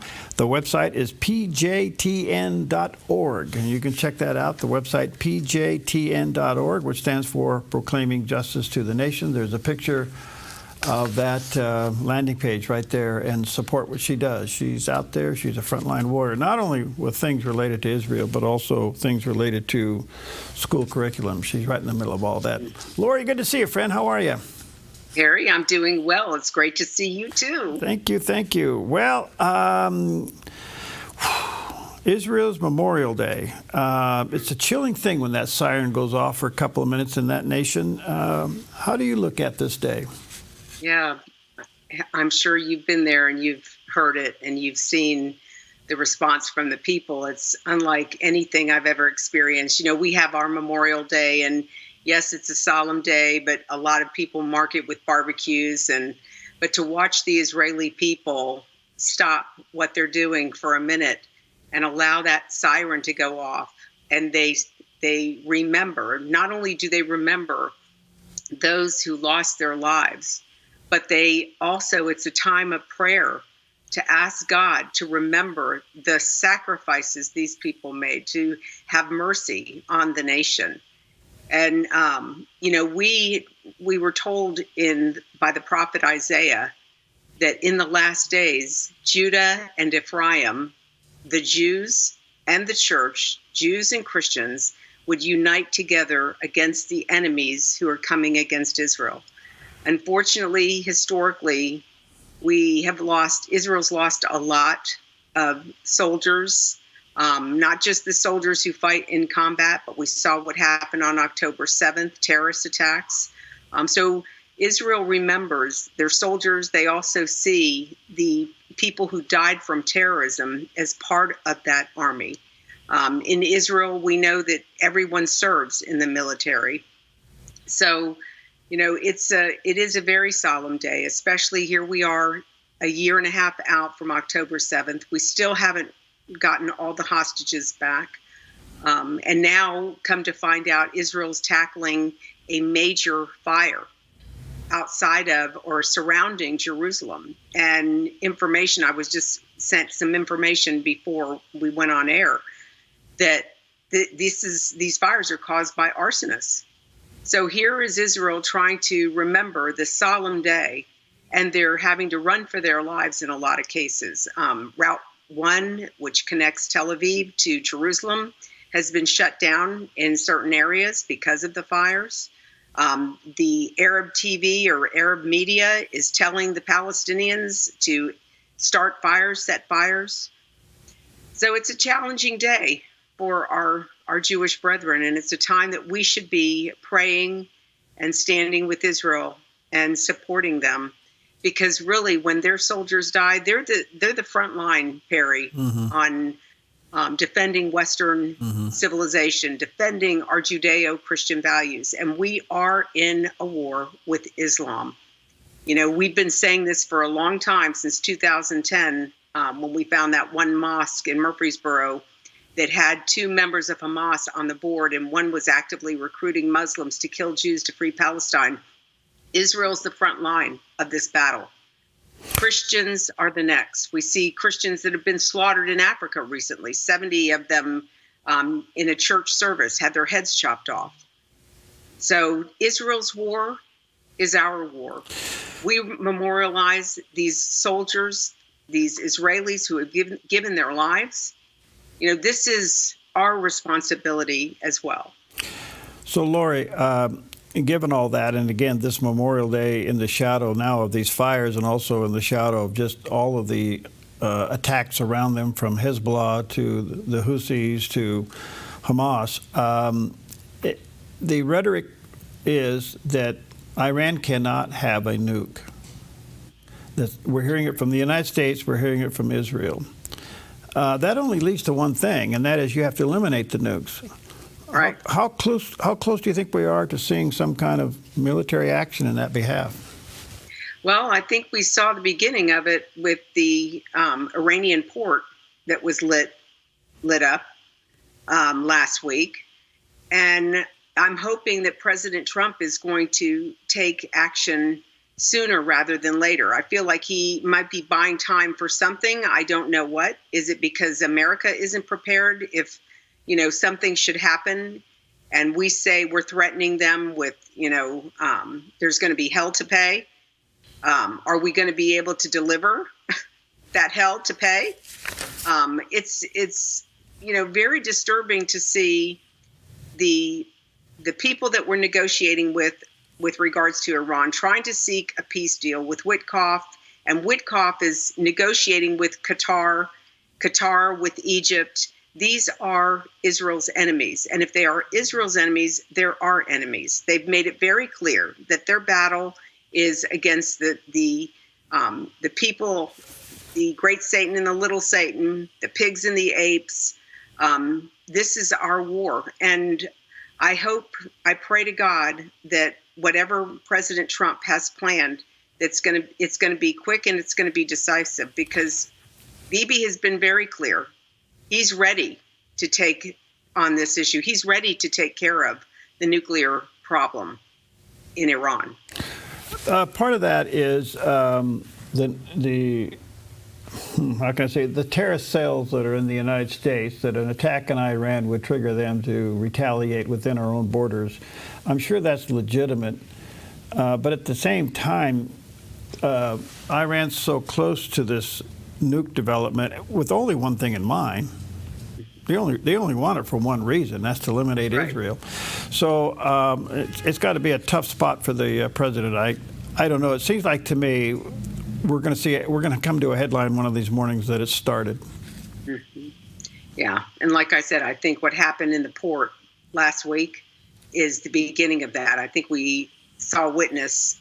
Of course, Israel is not, saying that they did it, and the United States isn't saying that they were behind it either. But somebody's sending somebody a message, loud and clear. The other part of this argument, Lori, is that, as you know, the president's gone after DEI and now has really impacted the universities, and the universities are drilling down on anti-Semitism. It looks like they're actually protecting the anti-Semites. Where do you think this is going to go? Well, I am pleased with the reaction that President Trump has had with regards to these universities. But we have to remember, Perry, we've been priming the pump for years. This started, we became aware of this indoctrination going on, the DEI, the anti-Semitism, the anti-American rhetoric in our children's curriculum back in 2012. That was 13 years ago. Now we're negotiating with the country, the Islamist country, that is the biggest funder of this propaganda. This is what really disturbs me, is why is President Trump negotiating with the Islamist government that is funding the propaganda, the widespread propaganda, not just on higher ed campuses, but in K through 12 education. We should not have anything to do with Qatar. They're funding it. They're funding publishers like Pearson Publishing. You and I have talked about Pearson and the propaganda, the anti-Semitic, supporting terrorists blowing themselves up in a Jerusalem restaurant because they're waging a war against Israeli government policies and army actions. I hope that we're going to, in fact, I'll be in D.C. next week meeting with the chairman of the House Education and Workforce Committee, submitting to him documentation of the propaganda being taught to our kids that our children, K through 12, are being exposed to, and hopefully, God willing, getting hearings from him. Because if Congress doesn't see that this relationship with Qatar, and Qatar has been able to break through all of these departments and these doors, they're funding, as I said, all of this propaganda. If we don't stop this, then we're going to lose this. To me, this is the largest, greatest national security threat, because we're going to lose the next generation. We've already lost 3 to this propaganda. That's why we see kids, even K through 12, marching in the streets and going to these rallies in New York City that are pro-Hamas. What in the world are our children doing supporting pro-Hamas rallies? This is crazy. So again, I hope once I come back from Washington, D.C., we're going to have some real action taken, that there's going to be some hearings on this issue to expose the publishers that are publishing the propaganda and who is funding the propaganda that these publishers are putting out. Yeah, it's just mind-boggling that DEI, its origin was to protect everything but Jews. Mm-hmm. Yeah. I mean, we saw that in the Jews are the exception to anything DEI or race theory. They are excluded. It's okay to attack the Jew, but everybody else has to be protected. That's right. Well, it's the Jews and the white people. If you're white and you're not someone of color, we saw that in California with the ethnic studies model curriculum. And we were able to get them to rein that back when they said, okay, so we'll include the Jews of color. So Jews who have darker skin are okay, but Jews who are white are like the white males, I guess females too, in America. So we have a huge challenge before us, and it's so critically important that we stay engaged in what's happening, that our congressmen, our senators hear from us on these issues. Because, like I said, we're celebrating, we're remembering, we're not celebrating, we're memorializing the Jews, the Israelis, the IDF soldiers who have given their lives. And if we're really a friend of Israel and we're going to stand with our Jewish brethren and defend them against this war on terror, this craziness around the globe, the anti-Semitism, then we need to act upon it. We need to show them by our actions that we are committed to this, and by showing them, also showing the Lord that we're on Israel's side.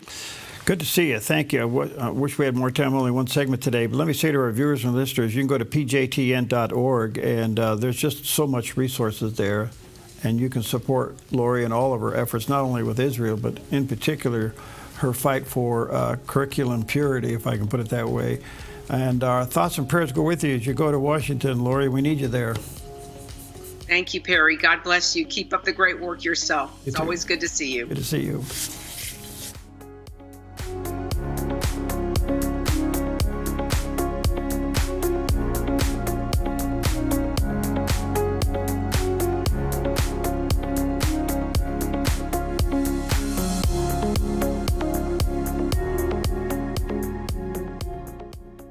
Finding that next great series to binge watch is fun, but your neck, shoulders, and body don't count that as me time. Hi, I'm Tamara Miller, owner of Organic Element Spa, and I invite you to put down the remote, get off the couch, and schedule yourself some real me or we time with your favorite service, like one of our many massages, couples massages, or facials. Your health, safety, and comfort are always top priority with us at Organic Element Spa. We can't wait to see you. Book your appointment today. Come fall in love with Northridge Senior Living, where contemporary sunlit interiors meet old world elegance.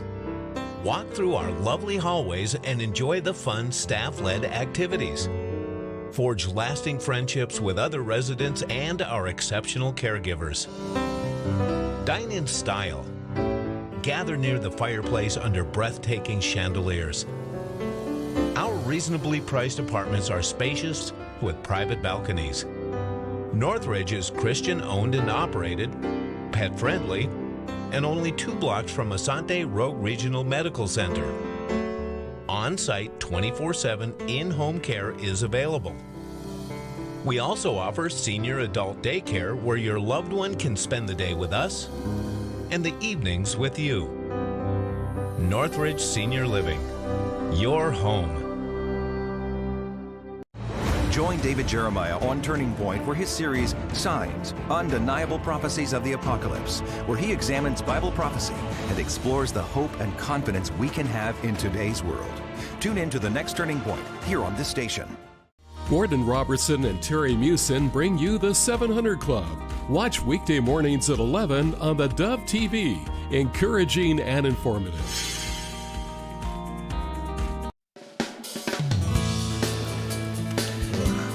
Good morning, good morning, good morning.